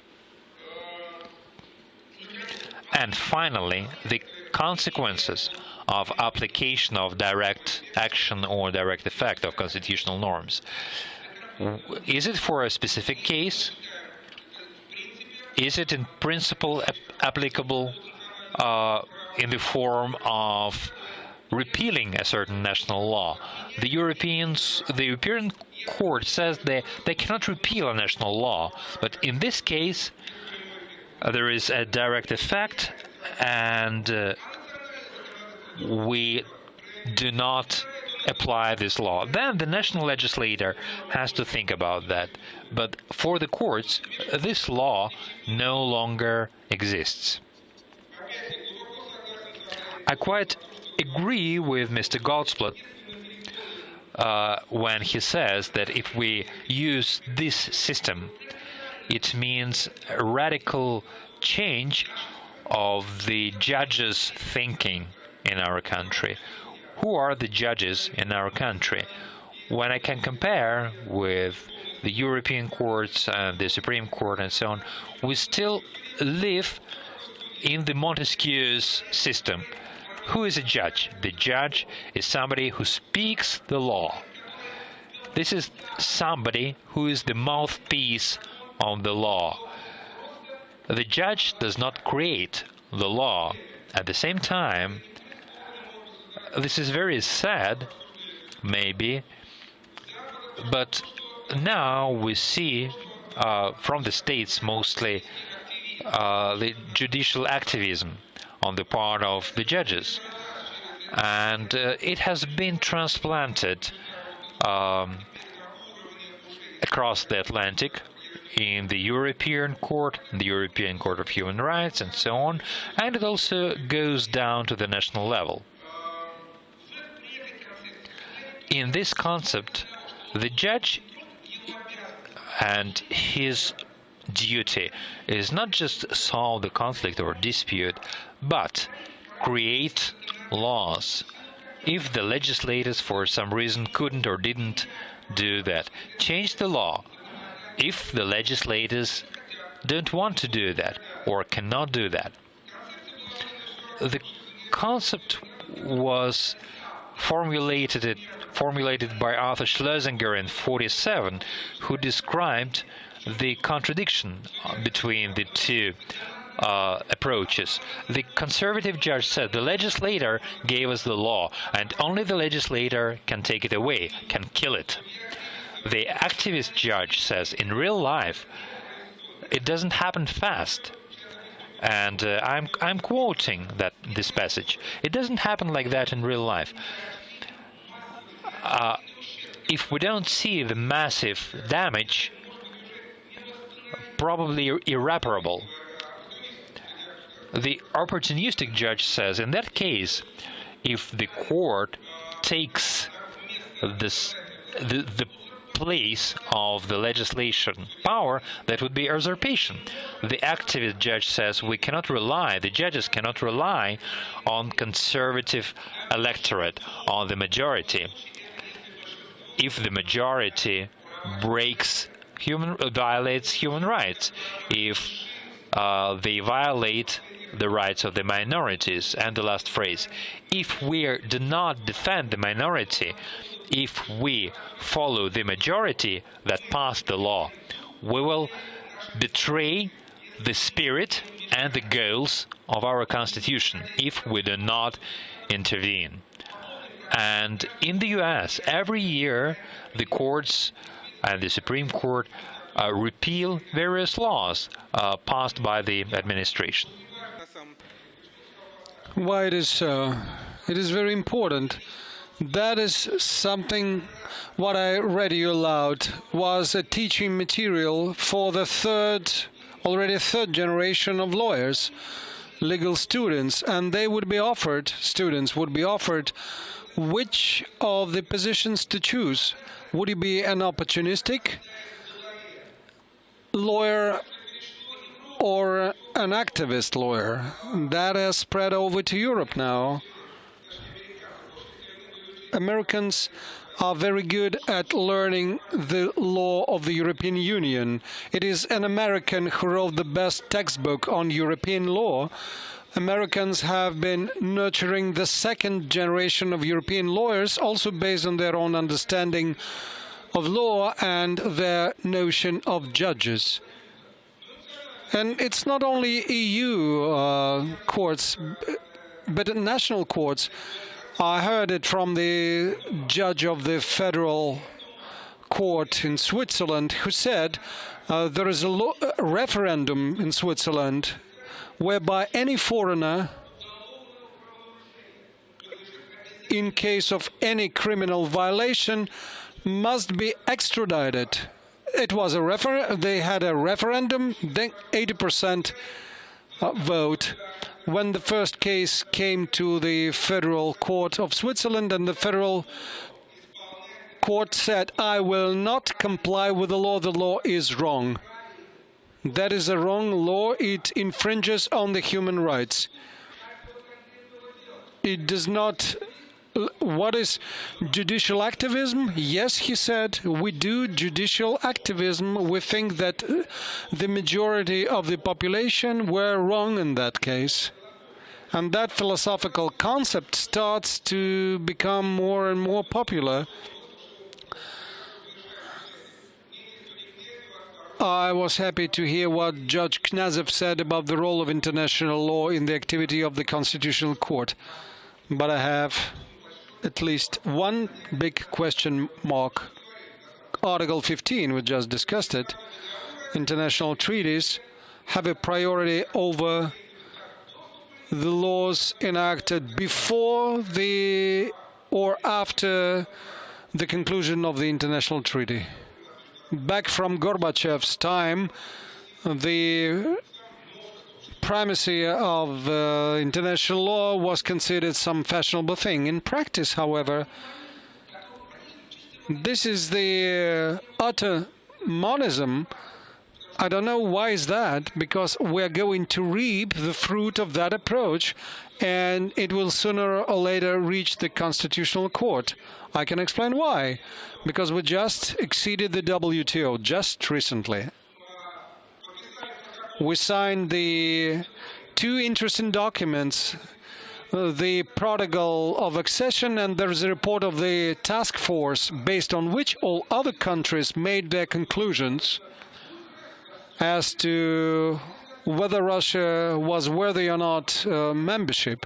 But few people know about the report of the task force, who says Article 15 in Russia says that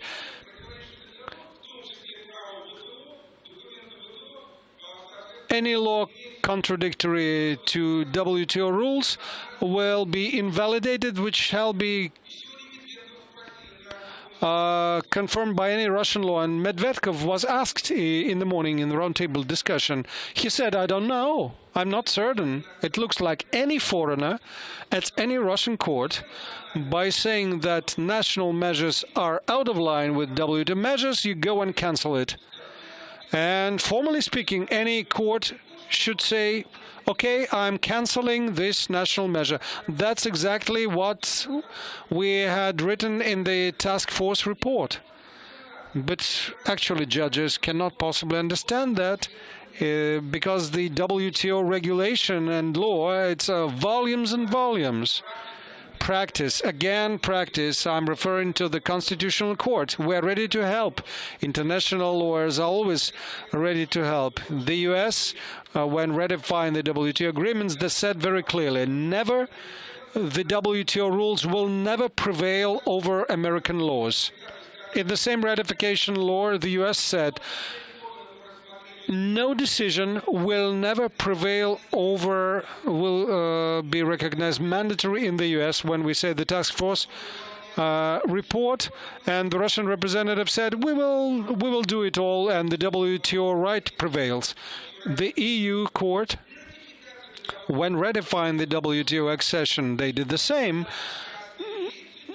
Private individuals will never have the right to approach the national courts requesting the cancellation of a national norm because it was not in line with the WTO. Why? Because if you analyze the WTO law, it is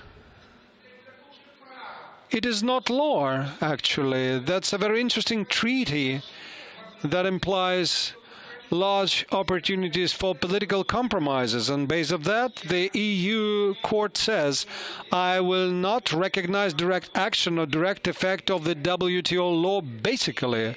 As such, no one has the right to say cancel this national norm. And that is a very clear-cut position of the European Court. While here, with us, we have unlimited monism. It is even worse than that, because we have the customs union in place now. Judge Knyazov mentioned that. And when joining the WTO, we also involved that customs union to this unlimited monism. We have the WTO law and the customs union, but we also have a separate agreement on the customs union and its functioning as part of the multilateral trade system. So what we created is a very interesting and confusing situation on which the rest of the world is raking their minds. I'm tired of answering questions from my international counterparts. Alexei, is that really so? Is that the way you really think? This is what they asked me, because when we had said WTO law will automatically prevail over any regulation and provisions of the customs union, then why the customs union? Why bother if it's automatic prevailing? And the same prevailing is the dispute resolution at WTO over any norms of the customs union. What we have now, we keep getting prepared for being taken to WTO courts. No, they want, foreigners will not care to go there. That's too lengthy, that's too expensive, and you can fail to, and just forget about enforcing the decision or pay a fine. What they will use Russian courts, domestic courts in Russia, in order to cancel Russian protective measures. And our unlimited and unhidden monism, Clause 15, priority of international law, will only help them do that. Moreover, we now have a judiciary body now which allows to bypass any foreigner can bypass any judiciary system, including the Constitutional Court, because we have the Eurasian Economic System Court. There's the WTO law, which is part of the legal system of the customs union, and whose primacy will be executed by the Eurasian Economic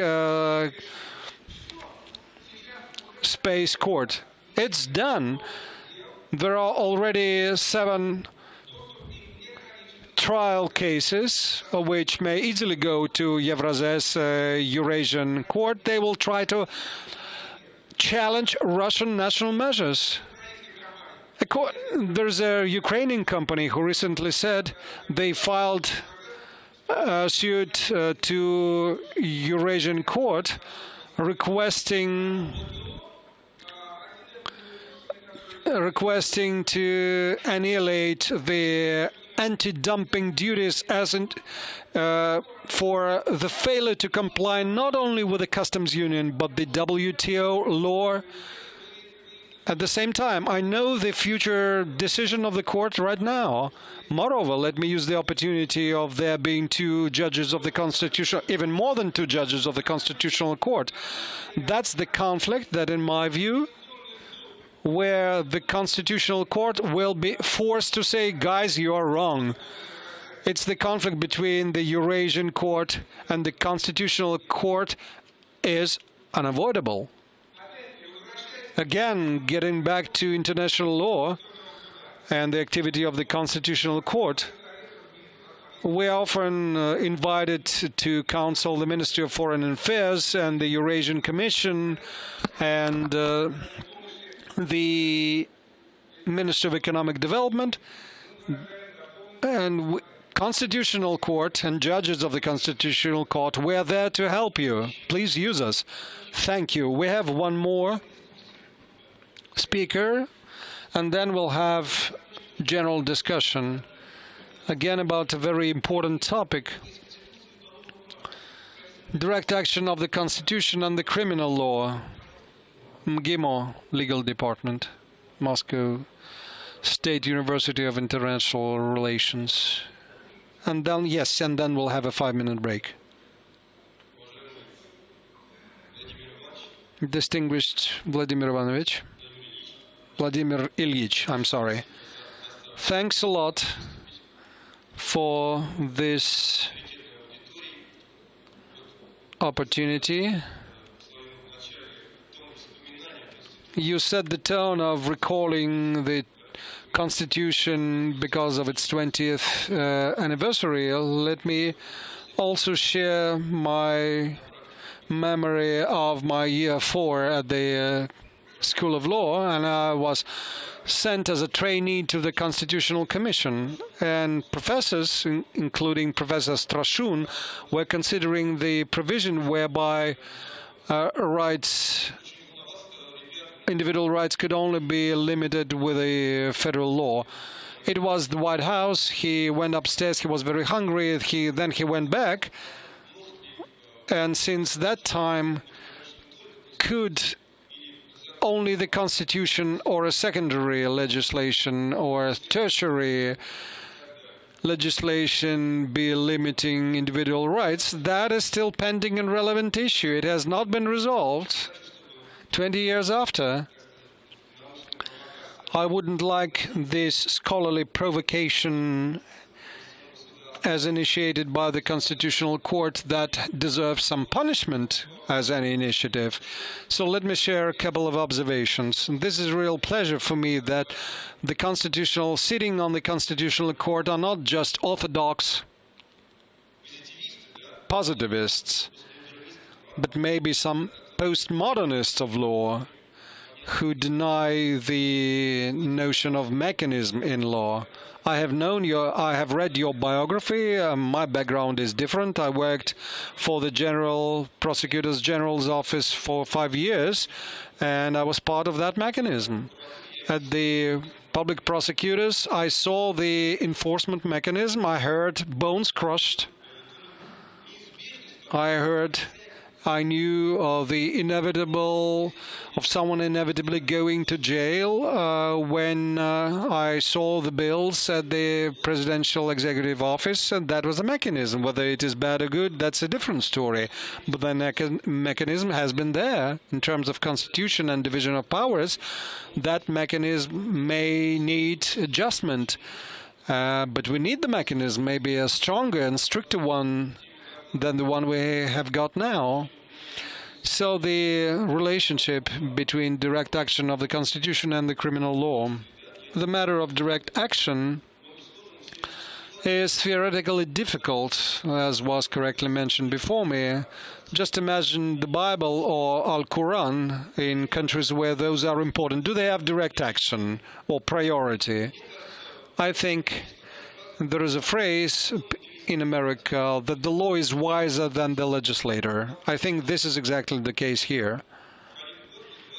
Goldsblatt should not have said that direct action should have been better interpreted so that only a reference could be given to that. No, I think the expanded interpretation of direct action was right. And proper understanding of this phenomenon that we see in the United States, it should be the one to be used here too. As we are shy, in the presence of Professor Lafitsky, who is well-versed in the American legal system and American law, let me refer the case of Johnson versus the U.S. Johnson was an active opponent to Ronald Reagan, and he burned the American flag as protest. He was brought to criminal liability for that. I'm briefly outlining. The story actually goes in a more complicated way like this. Then they decided that Amendment 1 was still in force, that the Congress shall not adopt any amendment limiting the freedom of speech, because by burning the flag, Johnson was only giving his opinion. Then the Congress said that was not to be done, so that you can go and burn American flags. That was a tricky thing. They adopted a norm whereby criminally liable until 3 years is any type of destruction of the American flag, including by burning. And Judge Brennan stood up in protest and said, the American flag protects the First Amendment even when it is being burned. That's a well-known phrase. So direct action of the Constitution in the criminal law is exactly in our understanding the constitutional meaning of human rights. It looks simple. The Constitution, many theses have been written about that. We know the contents of it all, but recently there was a complicated case, seemingly complicated case. The right to express one's thought and feelings of the faithful, the Pussy Riot case. And immediately there was a case. Do the religious people have any right to any feelings? And we got a paper from a government body requesting a study about that. We have analyzed materials from 100 countries on the world. Our report is 160 pages long, with precedents and practice and cases given from criminal law protection. It appeared to be very complicated and complex things. So it appears that the constitutional impact, of course, it's only the criminal code that establishes that criminalizes an action and establishes the punishment, but the foundations for that can only be obtained from the Constitution. Following again the American examples, many states in the U.S. define the way the capital punishment is used, and many Americans say that this is done, that capital punishment is only used by a certain law up to down to details at the state level. Indefinite sentences are forbidden. This is what constitutions of certain states say. Again, you see it's direct action of the state constitution, because you cannot bypass that and go around that. So I think these things are really important, and quite frankly, we underestimate the meaning of direct action of the Constitution. Recently, there was a thesis defended. It's very fashionable to fight corruption in this country now, and the then President Medvedev suggested if you take a bribe this much, why we should send them to jail? Why we take the triple amount of the money as a fine? That was borrowed from the criminal code of Germany. They also think you shouldn't go to jail, you should pay. But the point is that when that thesis had been defended in 2002, that norm had been recognized unconstitutional because it doesn't matter who pays. Criminals here are quite smart guys. They don't have anything. They don't have any property. It's all spread among relatives and friends. So the court would exact the fine on someone who considered himself to be a bona fide owner, and the court said no. As much as you have, you can pay as confiscation or a fine, not more than that. So that robbery confiscation is also a very interesting practice. Thank you for your time.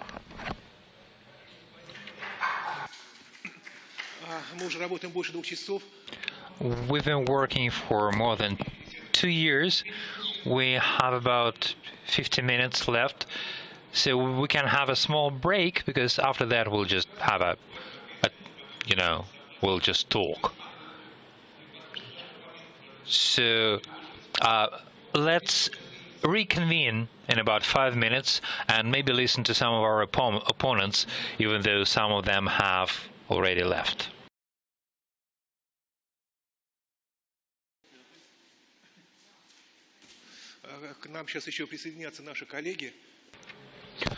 We'll be joined by our colleagues, and we're now beginning the discussion part of in connection with our topic. So anyone who wasn't on the list can now take the floor, and the professor who was promised to be given the floor now, unfortunately, not with us. So somebody else will be given the floor, somebody who would like to speak, to remark, to ask a question.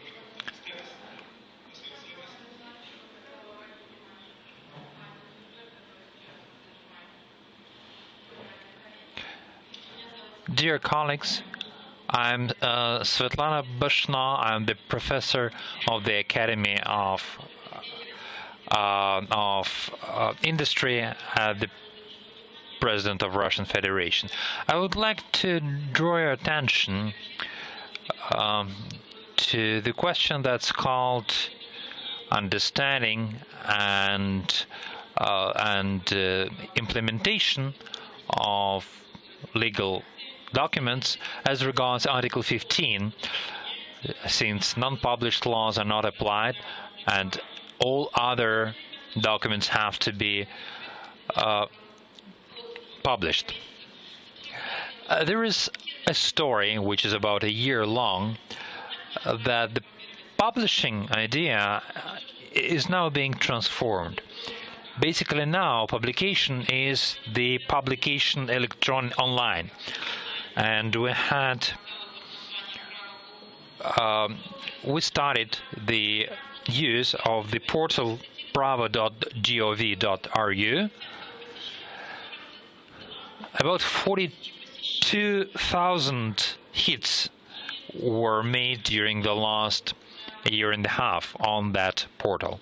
So the intensity and its popularity, this site is on the 47,000th place in the Russian segment of the internet.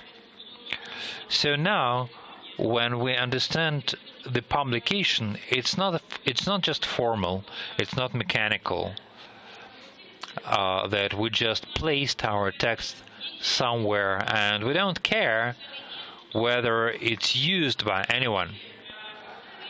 When we speak about the right of the citizens for access to information, the text must be, like the law of 12 tables, something that you can take out, something that's always accessible.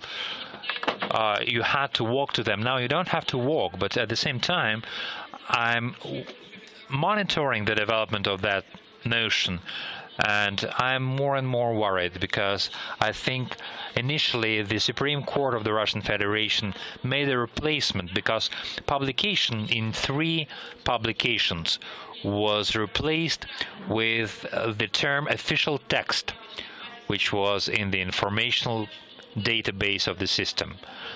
And then the ability to forget, it doesn't happen always.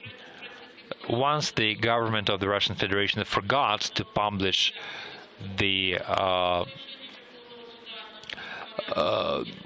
decree on additional issue of Gazprom shares, it was not published, but it was in the portal. So officially, it was published. There is another decision, the decision connected to the forgetfulness of Yakutia government to publish the document about the award to a person who found the kimberlite mines. So now we're conducting a mass-scale sociological survey looking at different sources where citizens find information about new laws. We talk about that a lot, but basically citizens don't care, and they don't visit the portal, and they didn't visit the portal system. They don't subscribe newspapers. I think they don't read newspapers. So basically they remove themselves from the legal system, which is very symptomatic, because the procedure kind of aids and abets that. We've been monitoring the implementation of the federal law on municipal services. So what about defects of municipal rules? The courts took the following stand. If a legal text was in the system garant, it was meant that the access was secured. Doesn't matter where it was published. This forgetfulness reminded me of the practice which was widespread in the early 90s, when when governmental decrees were printed in the magazines of pig farmers, published in 5 copies in Vladivostok. Were they published? Were they accessible? Now the question is, were they sought? Were they sought out? So now we speak about that citizens have a guarantee for the citizens to have access to information, but this is not the basic law of the citizens to be informed of the law. Our survey will probably help us understand from where citizens receive information about the law. We divided our respondents into many groups: people with education, without education, those who use their rights and those who don't. And I think within 2 to 4 months we'll have a rather nice review and a nice picture, which I'm sure will not be in favor of electronic publication. So this is another cause for concern. The problem of publishing. Basically now it means that this is a text which is published or put somewhere, doesn't matter where. This is what I had to say about today's panel. And if you would like to participate in our survey, we would be very glad to include you. Thank you. Judge of the European Court for Human Rights, Dmitry Dadov, would like to say a few words. The review of our panel will be published in 2 magazines. So even though there are few people in the audience now, it doesn't mean that it won't be discussed by the legal community.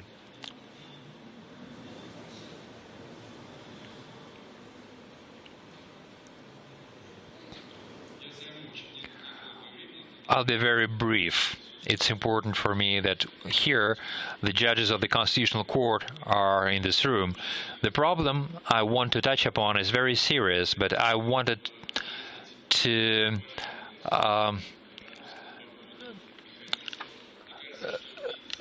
make a remark about the mechanisms that was made by my esteemed colleague.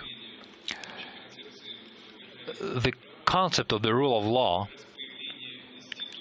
and the institute, as Mr. Lafitsky says, who is a very tactful moderator, of course. So the appearance of constitutional surveillance, constitutional monitoring, this mechanism and its appearance is something that's made within the concept of the rule of law. And Mr. Lafitsky wrote about that. I can just quote him on that. We need the mechanisms. And the mechanism of direct action of the Constitution, as I understand it. I want to point out a problem. When we make decisions regarding other countries, I remember there was a case with Spain, Italy, Croatia, I think many other countries. We quote existing legal practice of national courts, including constitutional courts, of course. And I noticed, maybe because these courts are not, the constitutional courts are not that overburdened in those countries, where the legal system is less burdened than in Russia. Constitutional courts in many countries have a broader competence than the Russian Constitutional Court, and they review specific complaints by the citizens regarding infringement of their constitutional rights in specific lawsuits. In our country, the Constitutional Court has a limited jurisdiction, and it doesn't review a specific case, even though they can under certain conditions,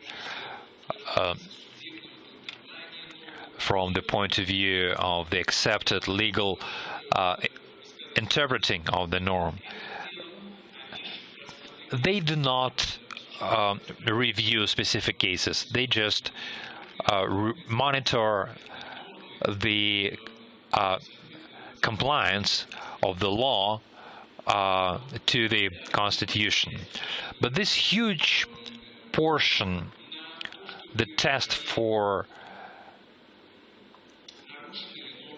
a violation of constitutional norms in a specific case by specific actions of a state, including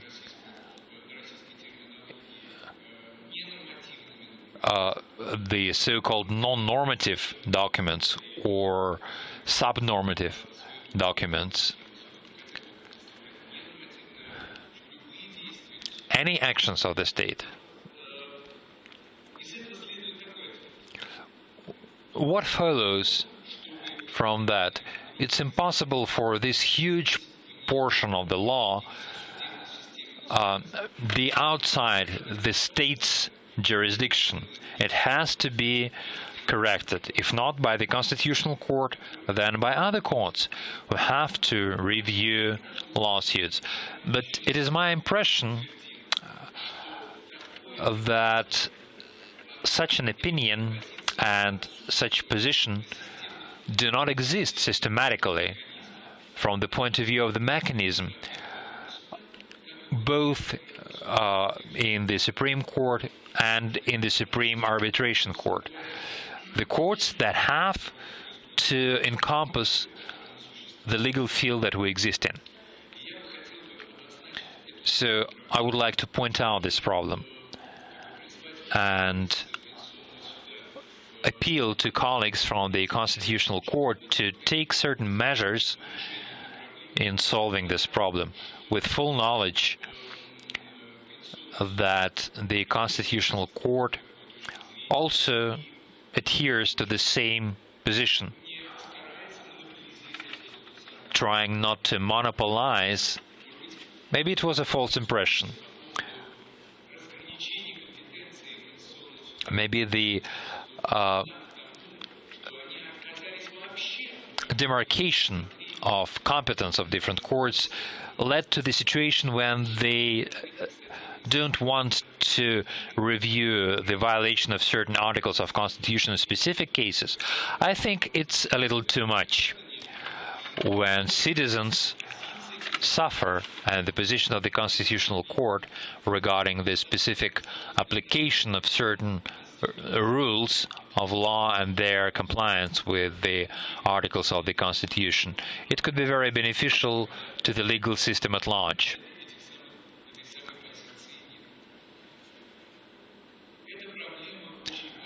This problem is very important from the point of view of further movement of the claim to the European Court of Human Rights. I'm interested in solving this problem exactly because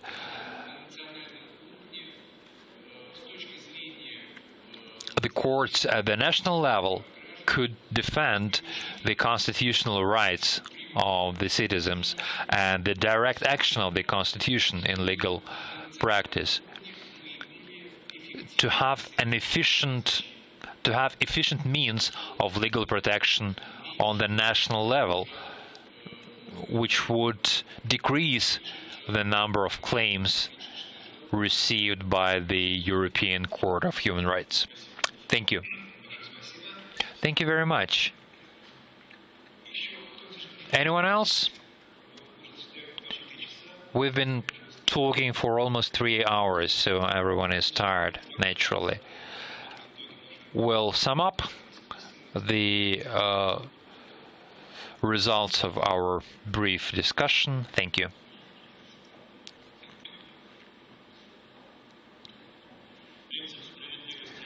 The rule of justice works, and Dr. Levitsky was opening the panel, so he suggested, in compliance with the rule of justice, to say a few words about the talks that we heard. I don't claim to be able to evaluate or reject anyone's views.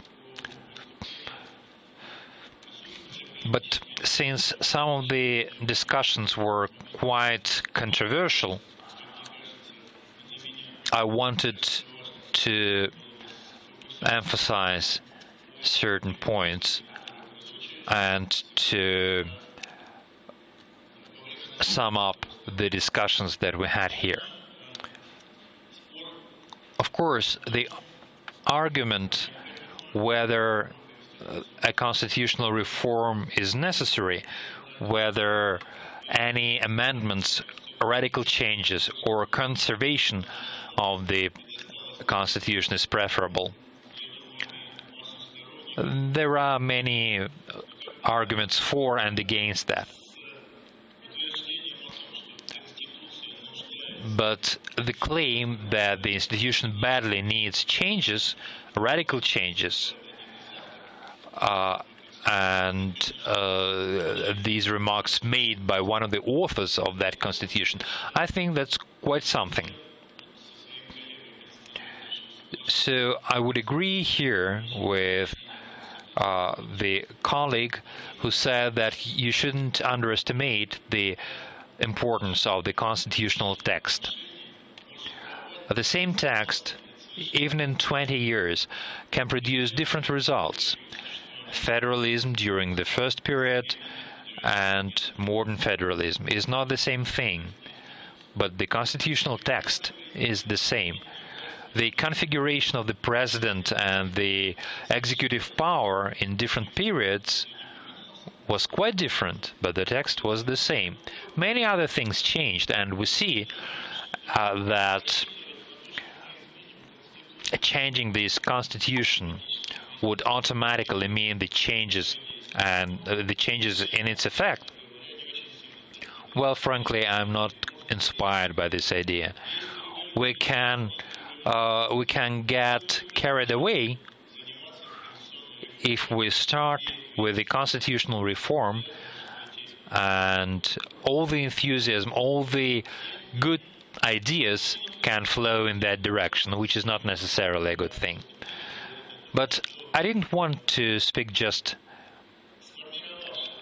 about the fact that the existing legal system that we have with the basis in the form of the acting constitution, that is the only possible system as regards parliamentarism or the electoral system. But as the judge of the Constitutional Court, is it my place to discuss better variants? I don't think so. I think that new options, new versions should be in accordance with the Constitution, should not destroy its structural foundations. So perhaps we don't have to hurry about this reform. The subjects, the constituents of the federative state don't have constitutions. I understand the concern of my colleague who voiced that concern. We wrote the project of the constitution of the Primorsky region. I don't think they are completely useless. But what Valery Dmitrich said, whether we like it or not, for the major portion of its history, Russia is an imperial country with a single tradition. We can't speak about various traditions. We're just in the beginning of that way. We can think of the Far Eastern Republic and the 2-year constitution that existed for a short while with all the paraphernalia of a state. But I don't think it's a serious idea to speak that the Primorsky region has some experience to base its constitutional. So I would not be concerned too much over our having not that big diversity and differences amongst constitutions of the federal constituents. This is not a contract-based or agreement-based federation, and its origin is different from that of the American Federation. Of course, I think judges, and this is an open secret, judges of the Constitutional Court do not think the Constitutional Court Act the way it really exists now. They don't think it is a perfect act. We do see room for improvement. Still, we have to bear in mind that we are making initial steps in terms of constitutional control. In Italy, for one, or in Hungary or Bulgaria, individuals may not refer to the Constitutional Court with a complaint, however much their constitutional rights were infringed upon. In France, until recently, individuals were not eligible to go to the Constitutional Court. In most foreign countries, the time of response and the application time is very limited. It's usually 6 months, sometimes even 60 days, even 30 days. There is no time limitation in Russia. You are free to refer to the constitutional court whenever you like.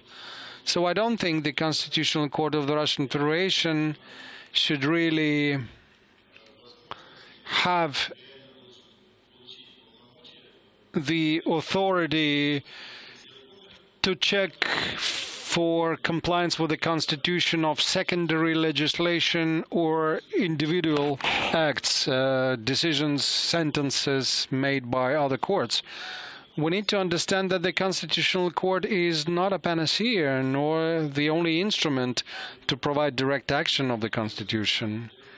All other judicial bodies and other bodies should, within their own respective terms of reference, should work for the Constitution to be able to work directly.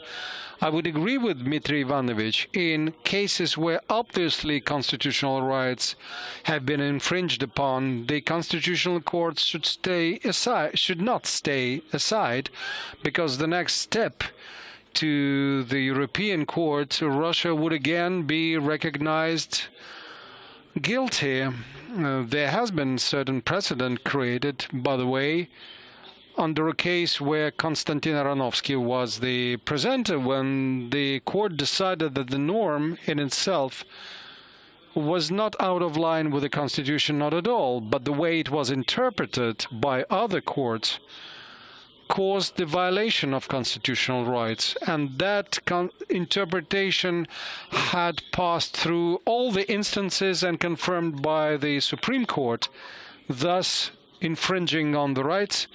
And the court decided that in that case, rights can be protected, but not by checking pieces of law for a constitution, for compliance with the Constitution, but checking the way they are interpreted. Publication of legal acts is very important. It was in line with publication of international treaties. We may have taken a different stance now, but of course the Constitutional Court confirmed its position that where an individual has not been given the opportunity of getting familiar with an officially published act, a national piece of law or an international treatment, there is no talking about the validity or applicability of those acts.